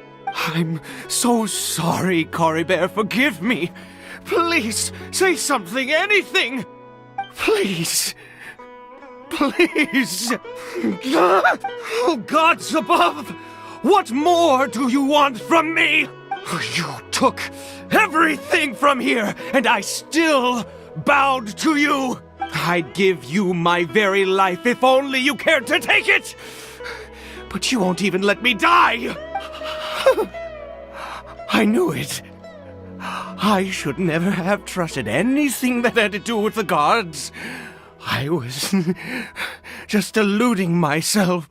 The gods of this world have never stood with humanity, not even for a moment. Other reasons. What do you mean? Huh. You really think so? Give up? No, never! And yes, you're right. I cannot let myself wallow in despair. Even if I must stay here with him for 50 years, 100, what difference does it make? I do not lack for time.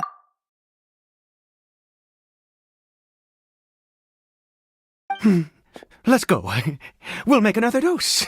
The most crucial ingredient in this medicine is the unusual mushroom, which makes things complicated, but not impossible. I grow them in that field. The details don't matter, right? There is a waterfall near the statue I prayed at. I need you to collect some water from there around 2 in the afternoon. I'll be here watching Curry Bear. Once you're back, I will make some fertilizer for the mushrooms. Good. Then please head over when the time comes.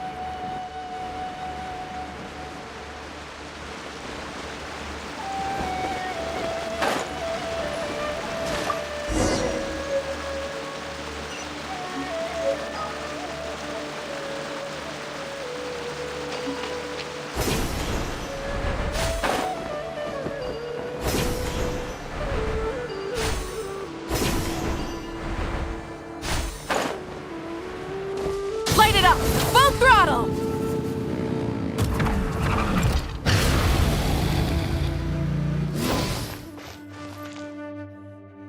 Ah, you're back. Cara Bear's condition is stable. By which I mean he still isn't responding. Anyway, give me the water.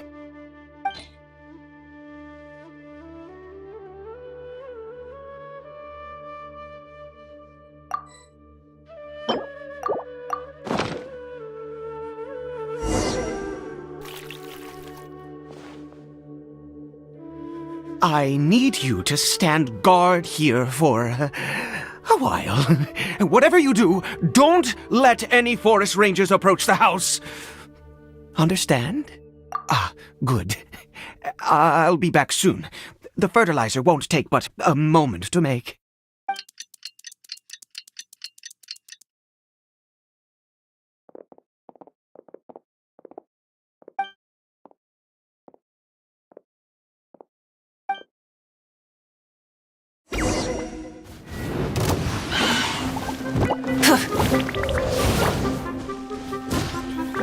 Rise with the sun!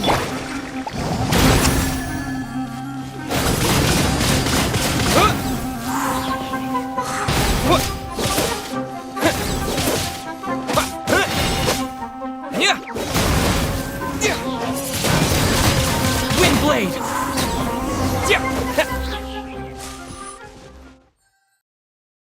What happened? Was it monsters? Oh, thank goodness you were here. I couldn't have taken them on all by myself. I'd have to hide and wait until they were gone. Oh, yes, I've got the fertilizer. The effects can take some time to kick in, so let's get on with it.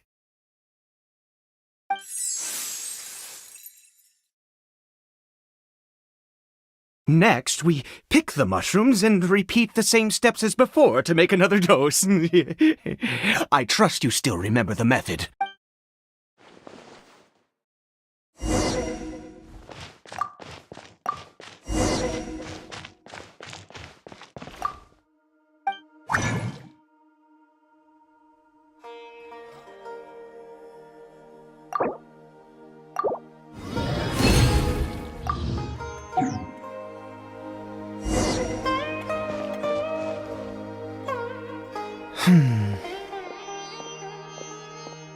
Oh, sorry.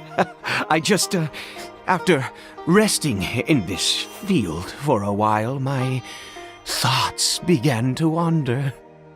I have been so very wary for many years. If only I could fall asleep here in this field and never wake up again. I do indeed. That's why it was just a fleeting thought. Thank you for your help once again. And now, for the final step. Back to the Statue of the Seven.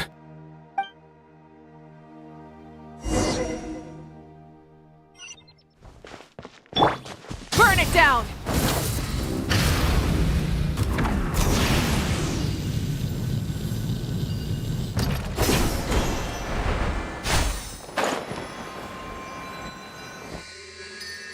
We're here. Let's begin.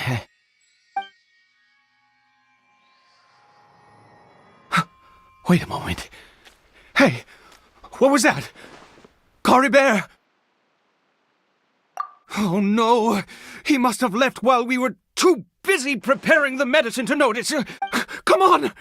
We have to catch up with him!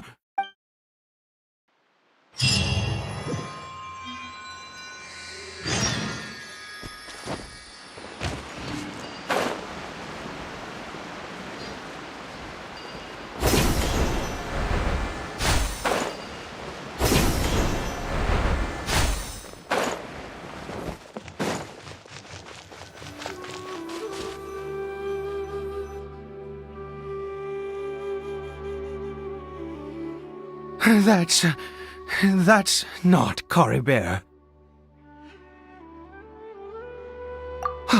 Right. Cory Bear's scarf was a gift I once gave to his mother. I use it now as a marker of sorts. My eyes must be going. How could I not recognize my own son? Yes. It doesn't seem interested in us in the least. It seems intent on walking in that direction. Where could it be going? Yes. The more we know about Hilly Churls, the better.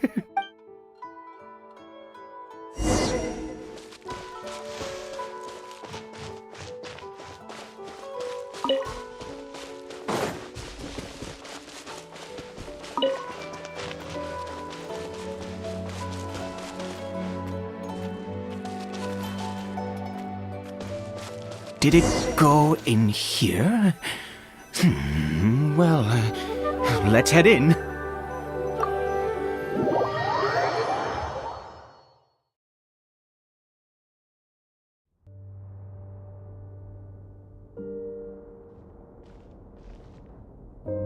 What a ghastly place.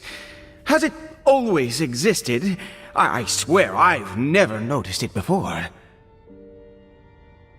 Huh. It looks like they're, worshipping. Sometimes walking, sometimes kneeling in worship, and it appears to be in earnest. I've never seen anything like this in all my life. What in the world does this place conceal? Oh, there's only one way to find out.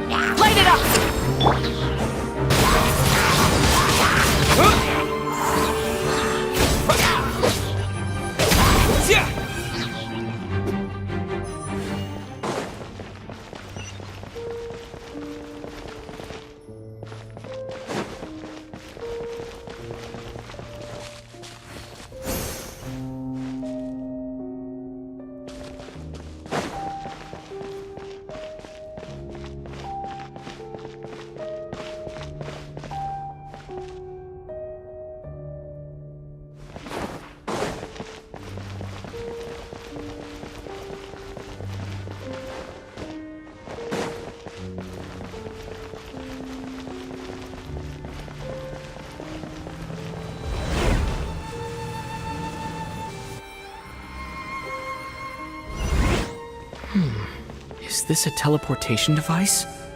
What energy is powering it?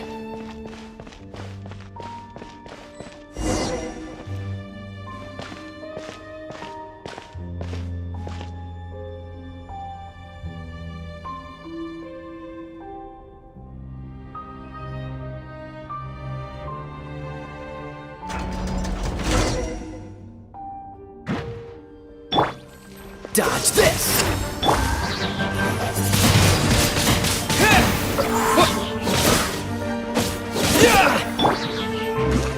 Freeze!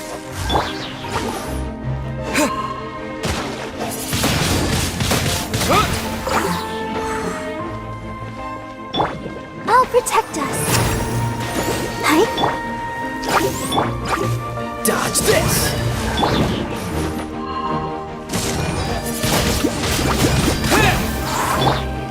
Rise with the sun!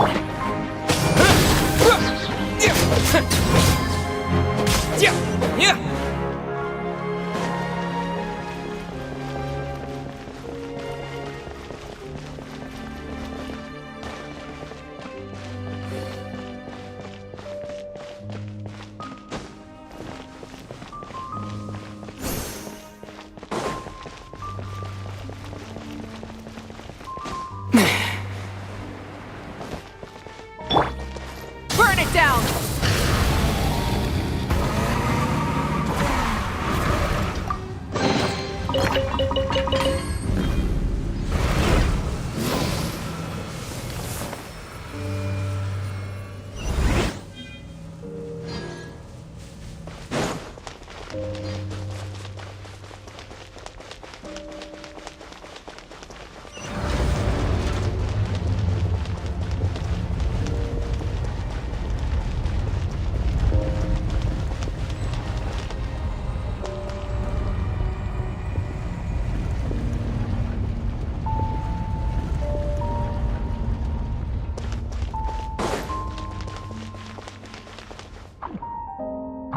Rise with the sun!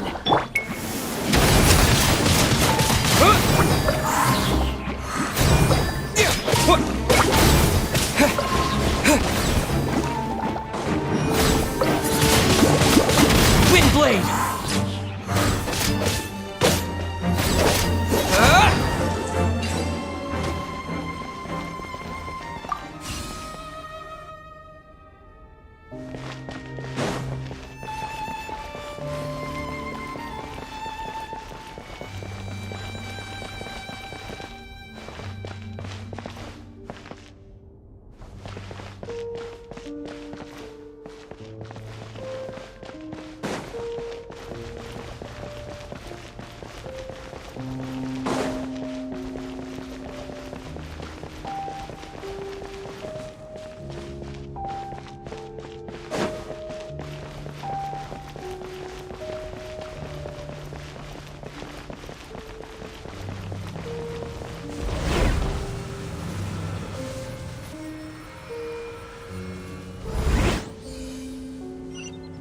How did I get on the ceiling? Did the room turn upside down? Or gravity itself?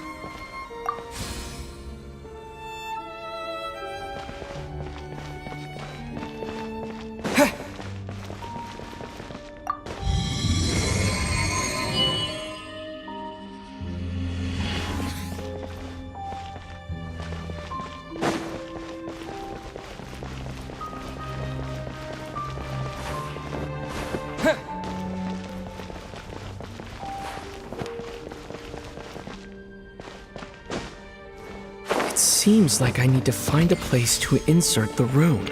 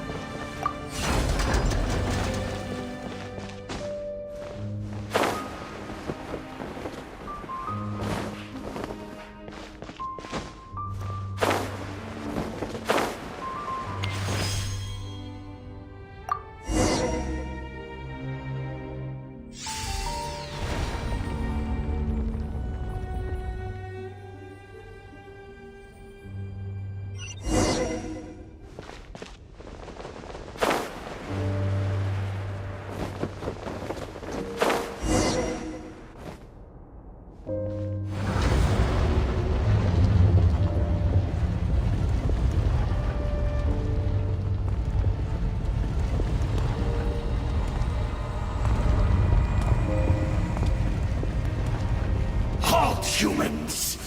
Fate has not granted you the right to enter this place.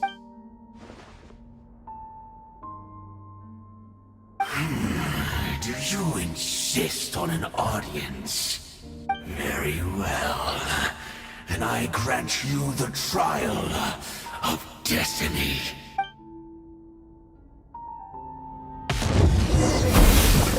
Desolation! Cool it!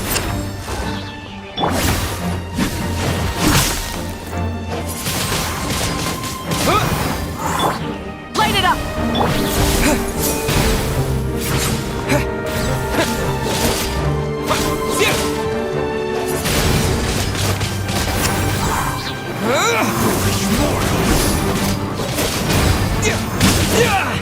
I see dominion! Burn it down!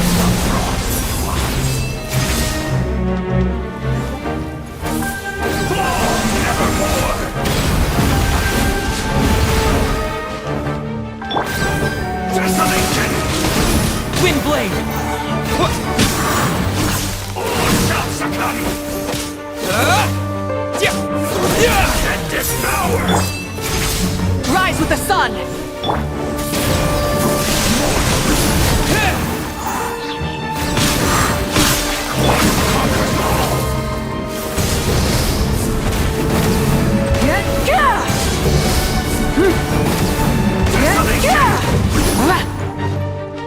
Burn it down!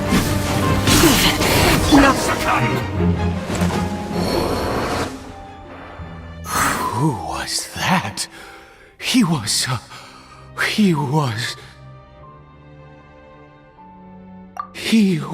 a perfect being. I'm in awe.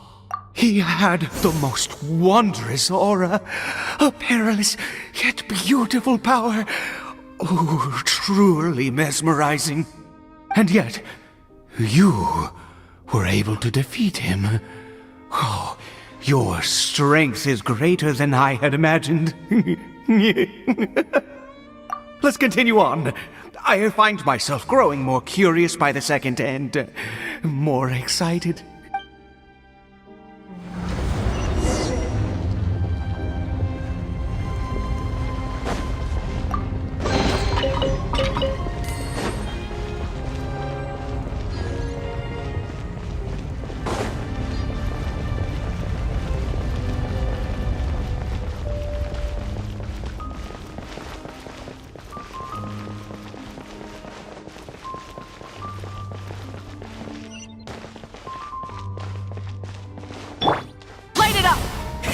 Rev the engines!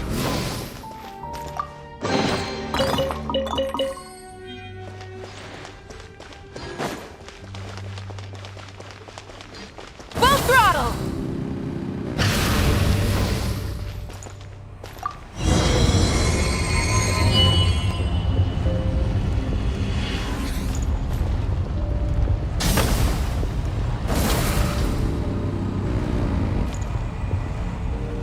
I think we've made it to the end.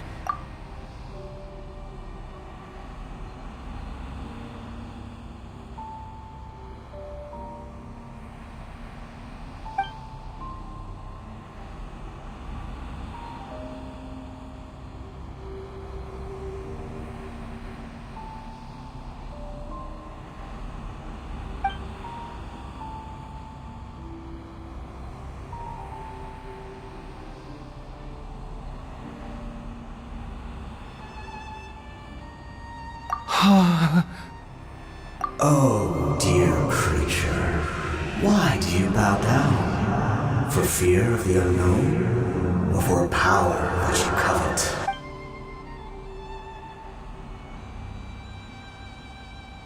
Oh, dear creature, why do you bow down? For I am no god, I am but a sinner. You are like a flower, born in sin, yet pure, spotless. I know your fate well. You need no longer hold back your resentment. nor accept the countless lies. Go forth, become a transcendent one. Rise beyond the fate bestowed upon you. And I shall shed a tear at the end of time, as I gaze back upon your life.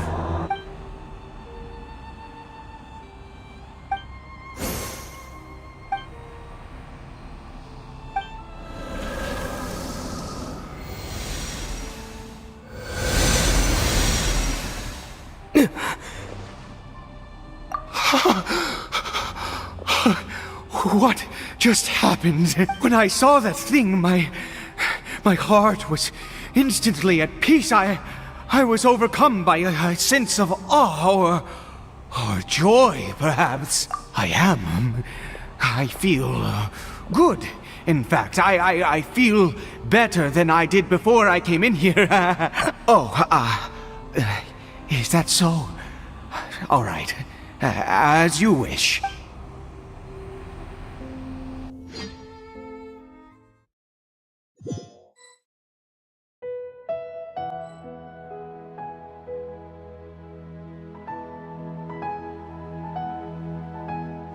Cory Bear! Oh, thank goodness! He's still okay! I have a strange feeling that what just happened was meant to be. For this to happen, right at the moment when I was dreading worshipping at a statue of the Seven, it's as if fate was calling to me. You say that I bowed before that thing, so perhaps it might be just as effective.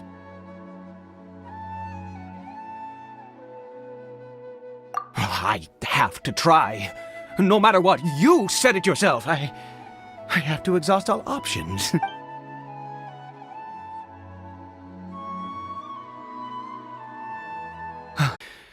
Cory Bear, look at me. Do you know who I am? Of course.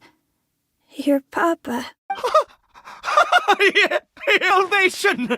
Sweet salvation! Yes, this is what this feeling is. How do you feel, Cory Bear? Are you fully awake now? Yes. It feels like I just woke up from a long, long sleep. I dreamed that I was hiding in a little room. I didn't dare go out the whole time, and I didn't want to either. Wait. My body! What happened to me? Is this me? Papa? What's happened to me? Don't panic, son. It's just... While you were sleeping, we went into a fairy tale world. There's no more Conria here. No more home. But, do you know what that means? No more red sky. No more end of the world. In this world, you have to be a little monster, but you get to stay with Papa forever. Am I dead?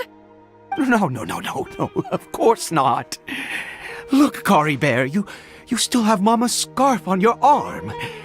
That means she's watching over you, protecting you.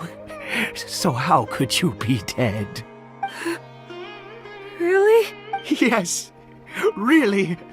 You've only just woken up, and this must all be very confusing for you. Just rest here for now. Things will get better. Oh, and you have to promise me something. Never take off your mask. Understand? Whatever happens, you mustn't take it off. Okay, Papa. I won't.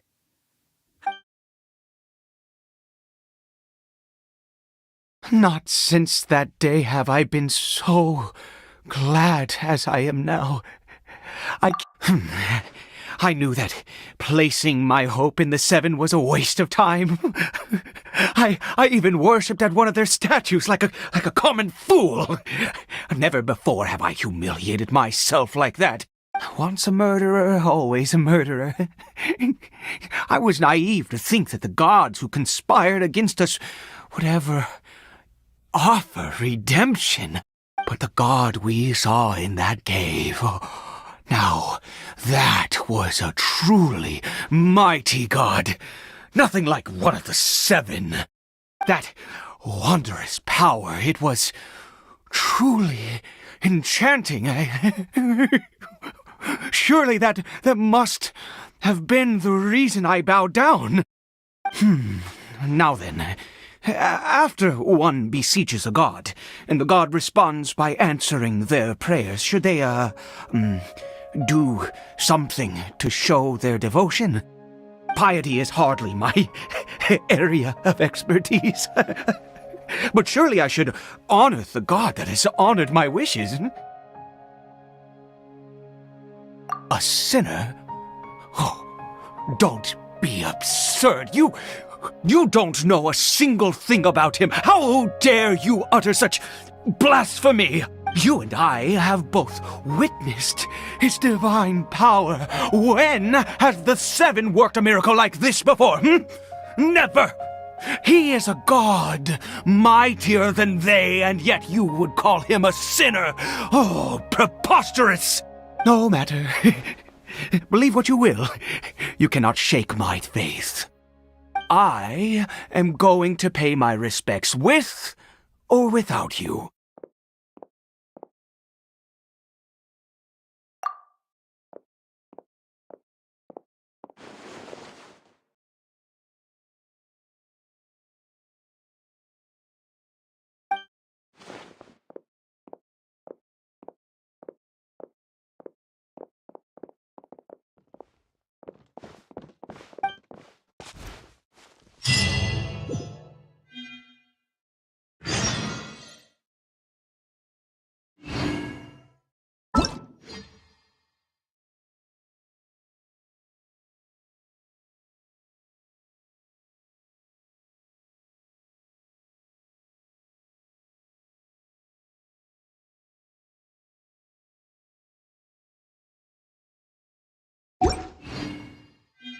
Exploration and trials.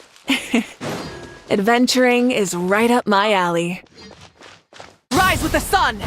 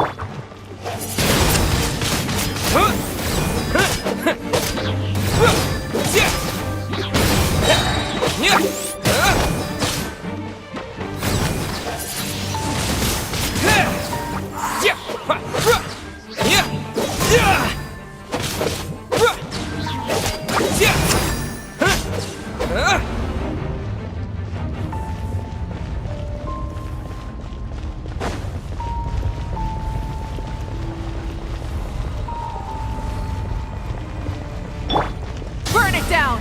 Try and stop me!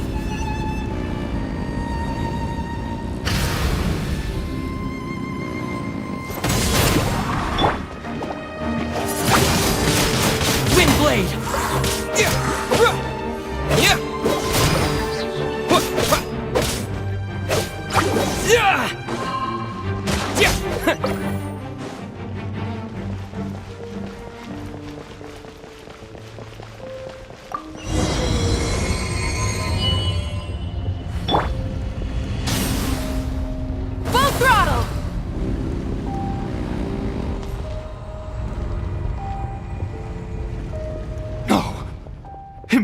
impossible!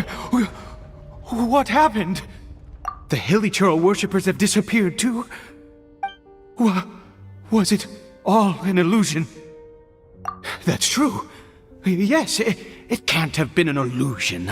I still feel that awesome and wondrous power flowing through my mind and body. It was neither illusion nor coincidence, and certainly no dream. It was a wonder. Yes, a divine wonder. Let's go, traveler. There is surely a reason for its disappearance, and I do believe that someday in the future, we shall see it again. Could he really have been a sinner and not a god?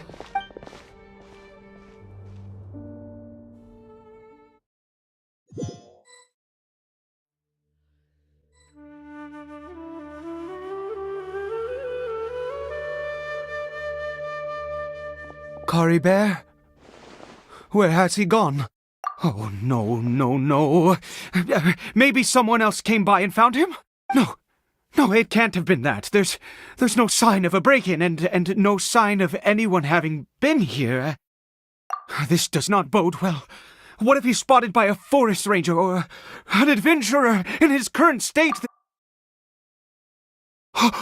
Wait a minute. This isn't how we left it. Oh no. Did he...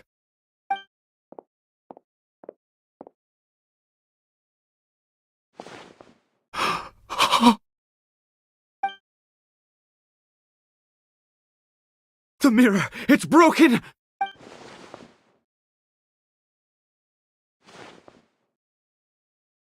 He must have taken his mask off and seen what he looks like beneath it. If he'd just done as he was told! We have to find him.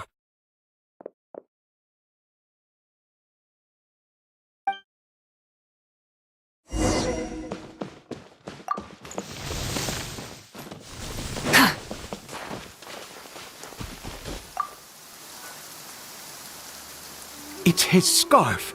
He dropped it. Looks like we're going the right way. Come on.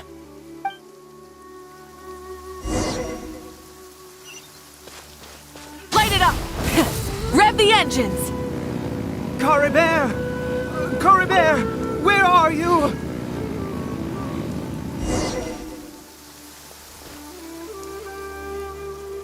Curses! Forest rangers. Hey! Who are you? We haven't seen you around here before. What's your business here? Have you seen a Hilichurl? A Hilichurl should have come past this way. Have you seen it? I asked you first. Don't make this more difficult than it needs to be. I said, have you seen a Hilichurl? Hey, whoa. Look, sir, there's no need to get so worked up. There are Hilichurls everywhere. What's the big deal? We see plenty of them out here. Exactly. Matter of fact, we just took out a few of them back there. Those dumb boneheads. You forest ranger scum! You spawn of the seven are all the same. I'll have your heads if you so much as laid a finger on Kari Bear. You're raving mad. You've got some gall coming here to our nation insulting the forest rangers. Curse you all, forest rangers.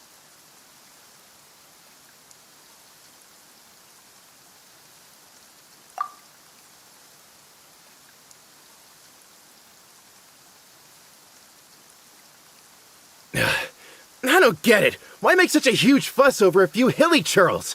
Makes no sense. He'd only just regained his mind. How could you do this to him?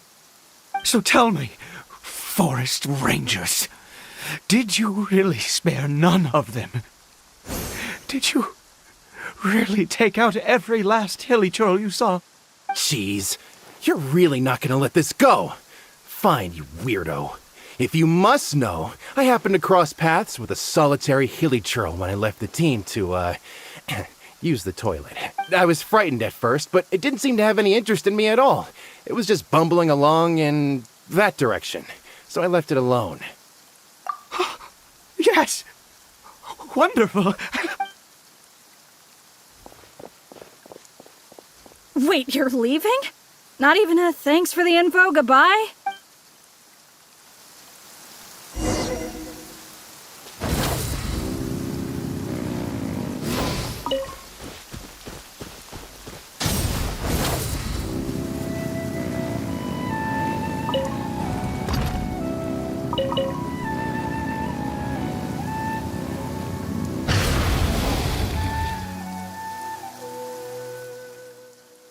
Cory Bear!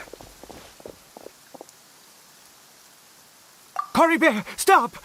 It's me! It's Papa! Whatever you saw, it was all a trick. I told you, we're in a fairy tale world now. Cory Bear? How could this happen?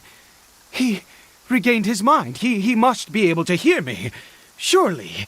Come, Cory Bear. We have to go home now. Papa's here to take you home, all right?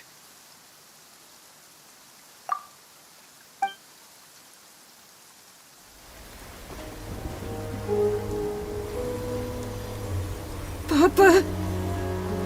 Cory Bear.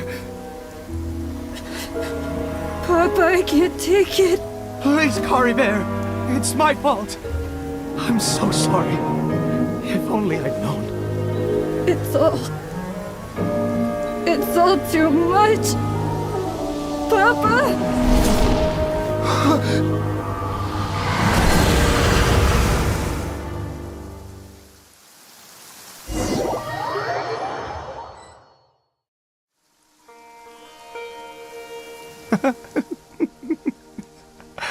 I see. I understand now. Finally, it all makes sense.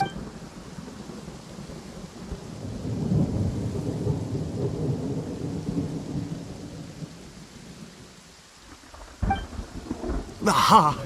Traveler! You're awake!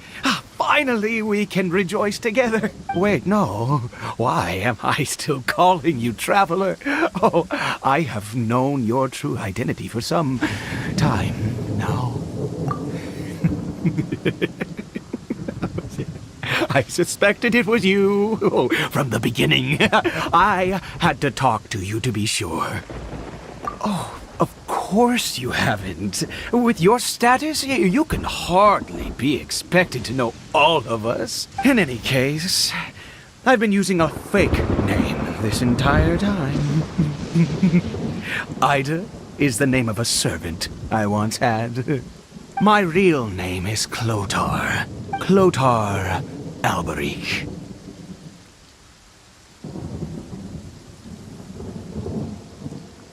You saw it too, didn't you? Unmistakable, the power inside Cory Bear and the power of the one you call a sinner. It was one and the same. I am positive now. It's the power of the abyss, isn't it? Oh, at long last, I have seen it with my own eyes. That is no business of yours. A sinner. Yes. Salvation for a sinner can only come from a sinner. Cory Bear did not deserve his fate, but now it's wonderful. He will be able to weave his own destiny anew. Born into abject sorrow, he shall now become the loom of fate.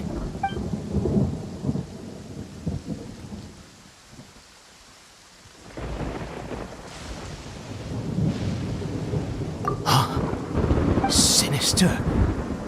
Dangerous. Oh, I never imagined that you, of all people, would deny the abyss. How ridiculous. We once believed that you would bring new strength and hope to Conria. To us, you were the abyss. A wondrous mystery far beyond our imagination and comprehension. And the one who controls the abyss can control everything. We yearned for that future. We looked to you to take us there. But what did you bring us instead, oh Princess of Conria?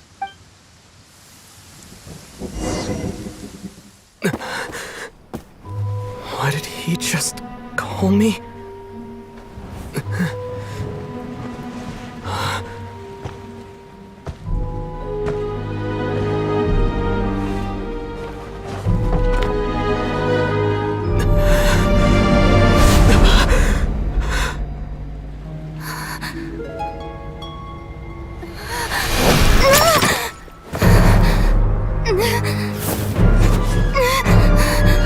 Traveler! Hey, Traveler! Traveler!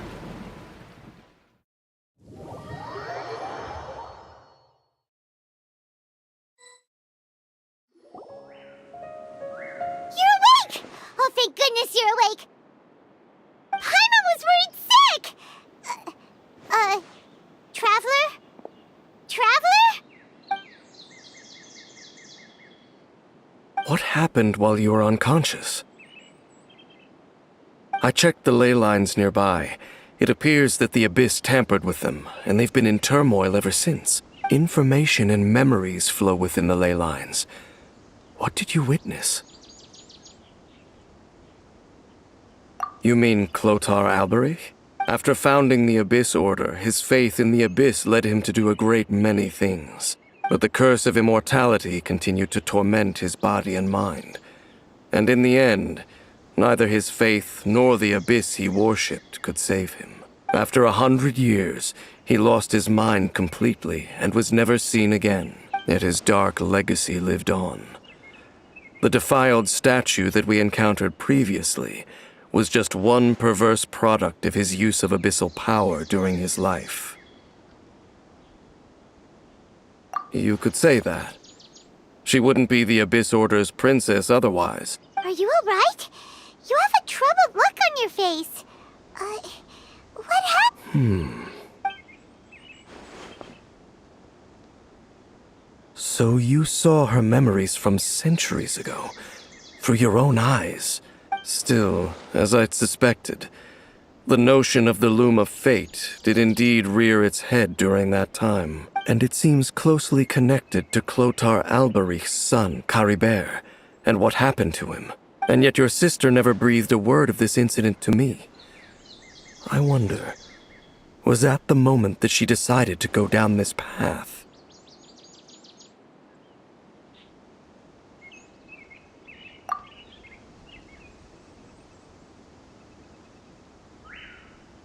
Indeed. Clearly, this series of events sparked a long period of deep contemplation. This was where it all began. What is it? The field? What does that have to do with anything? You mean here? Well, let's start digging and see.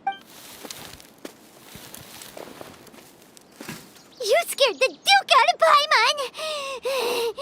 Did you rebury them yet? A male and female skeleton, buried together. Interestingly, the male skeleton appears to have been interred much later, and it's holding a silk scarf in its hand. But what does this mean? And how did you know that there were bodies buried here? What? That's impossible, unless Clotar Alberich finally found a way to rid himself of the curse. This all raises far too many questions. I need time to think, and to search my memories for some missing pieces. We should part ways here. Huh? You're just gonna leave? Why? You could come with us, you know. It's better that we split up for now. I think that he might have seen you. Who's he? Yes. I have my suspicions as to his identity, but I need to confirm some other details before I can be sure. If the time is right, I will tell you when we next meet. But what do you mean that he saw the Traveler? How is that possible? I fear that while these things would limit anyone else, they are no obstacle to him. What? Why? me! All right, let's leave it there. Get some rest. There goes Dane. And just like that, it's back to being the two of us again, huh? What is it? Huh?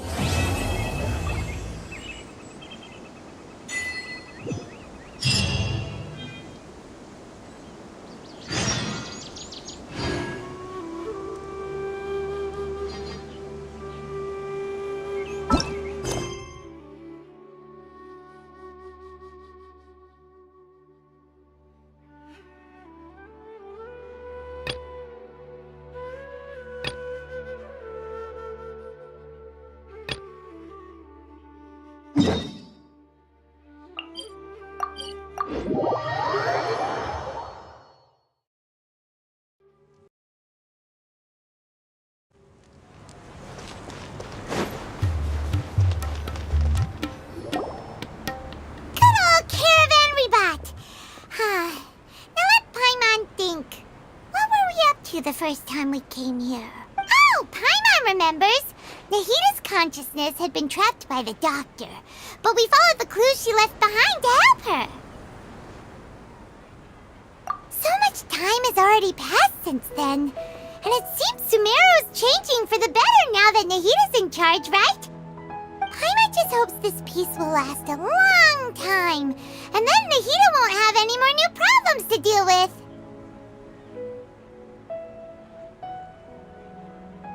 Yeah, guess you're right. We somehow always find ourselves right in the thick of it. Who knows what will happen next? Come to think of it, maybe it's all because of you. Maybe you're just a magnet for trouble.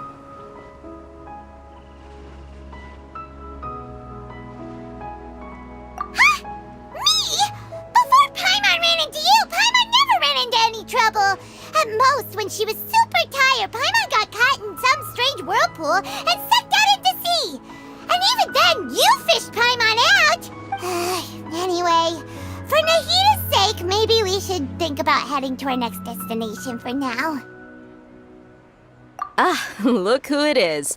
Running into you in a place like this? I can see you two still love wandering around. Oh, it's Dia! Since when are we just wandering around? We're usually taking care of some serious business.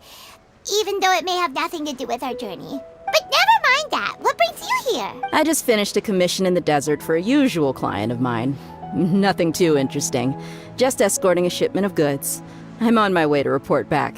That's when I saw you two all the way over there, chatting away. What were you two talking about anyway? Huh? You serious? Can't say I saw that coming. But you are travelers after all. I guess you'd never stay for too long in one place. Bumping into you like this will become a rarity. I'm starting to feel sad just thinking about it. Hey, how about I gather a few mercs to escort you two? What do you say? Thanks, but no need. Oh, Paimon had no clue you'd miss us so much. But don't worry, we'll come back to see everyone when we get a chance. Sounds good. All you need to do to get to Fontaine is cross this stretch of desert and navigate some waterways. Knowing you two, I'm sure it won't be anything you can't handle. So, when are you leaving? Oh, wait a sec. Paimon just remembered there are still a few dishes in Sumeru that Paimon hasn't tried yet. Now, where's that list Paimon made?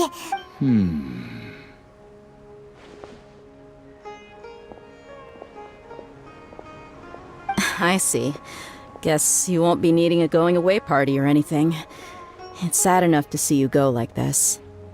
Though, now that I think about it, Sumeru wouldn't be what it is today without you. Seems true heroes always prefer leaving quietly. By the way, should we go say bye to Nahita? Oh, good point. Then there's no need to bother her in the real world. Then, I guess this is goodbye for now, Traveler in Paimon. Goodbye, Dia. Bye-bye, Sumeru.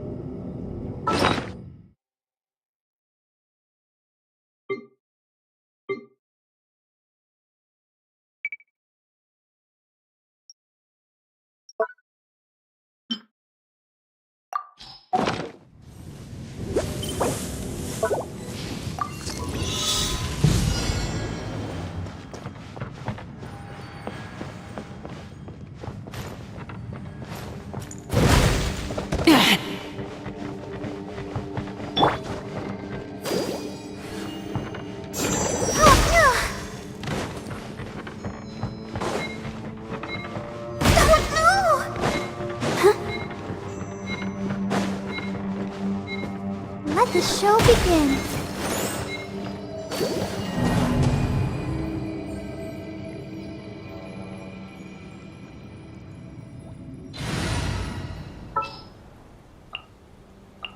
At the ready.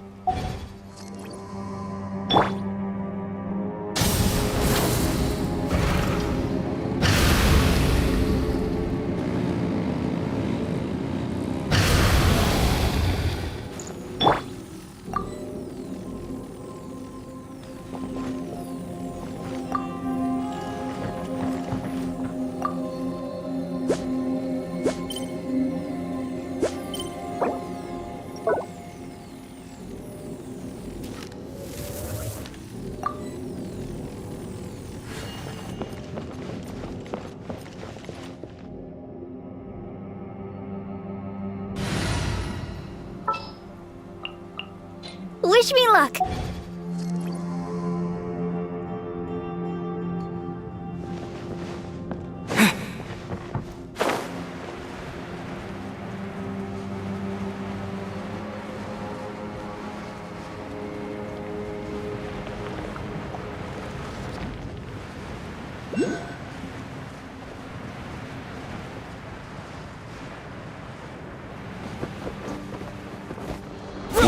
my hammer.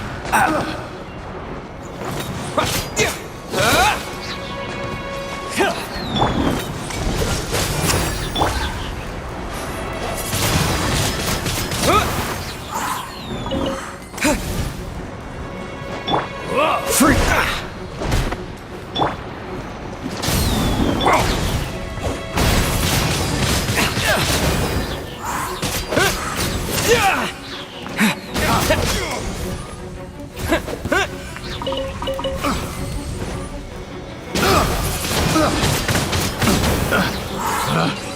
Picked the wrong test subject.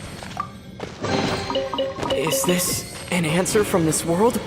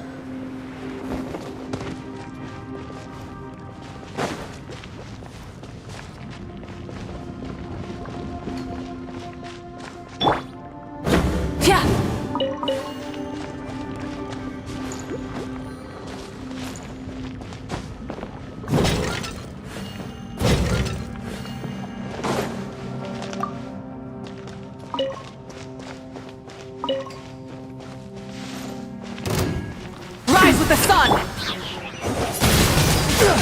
Thin blade! Jab.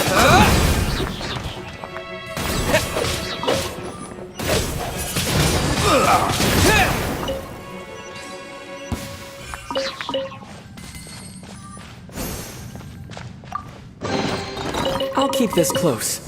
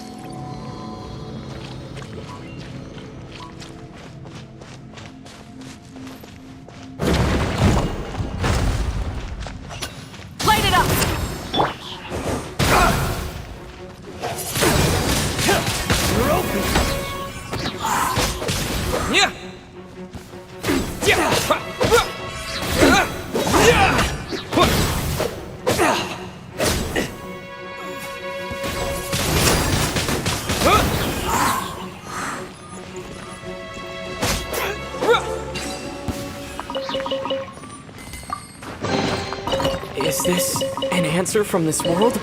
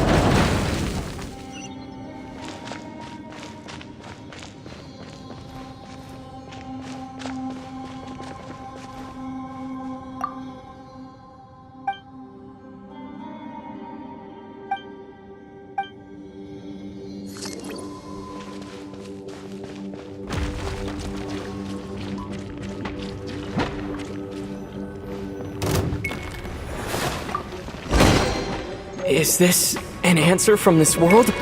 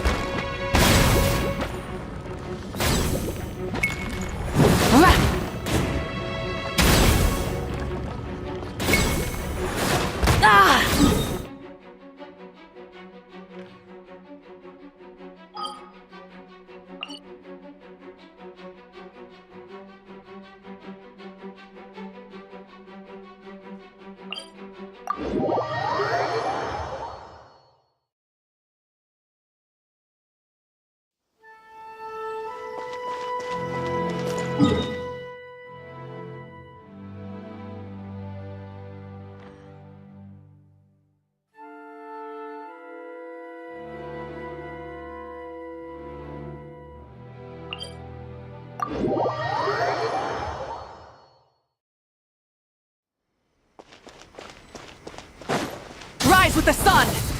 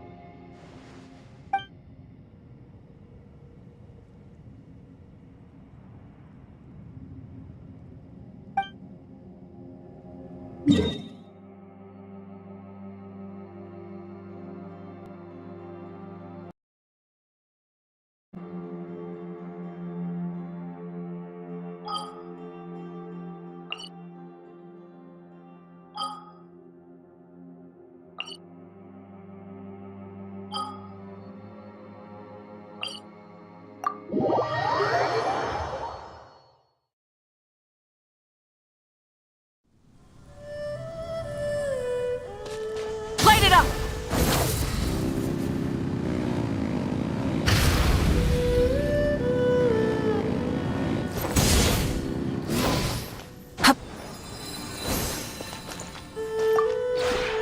Maybe you're not used to the play.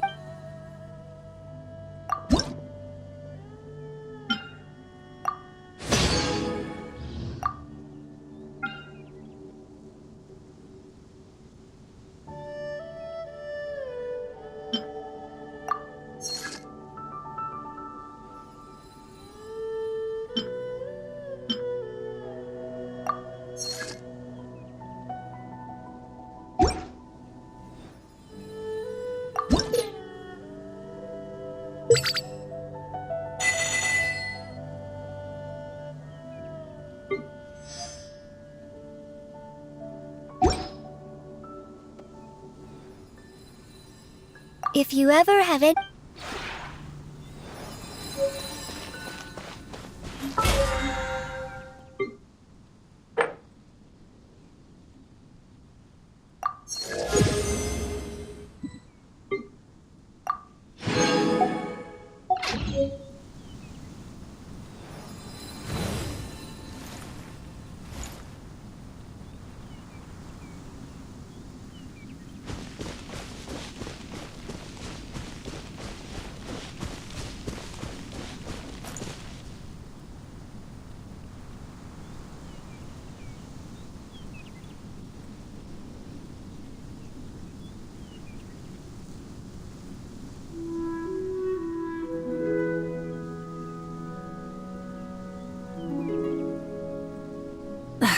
Instead of confining themselves to the heavens, God should broaden their horizons in the world below.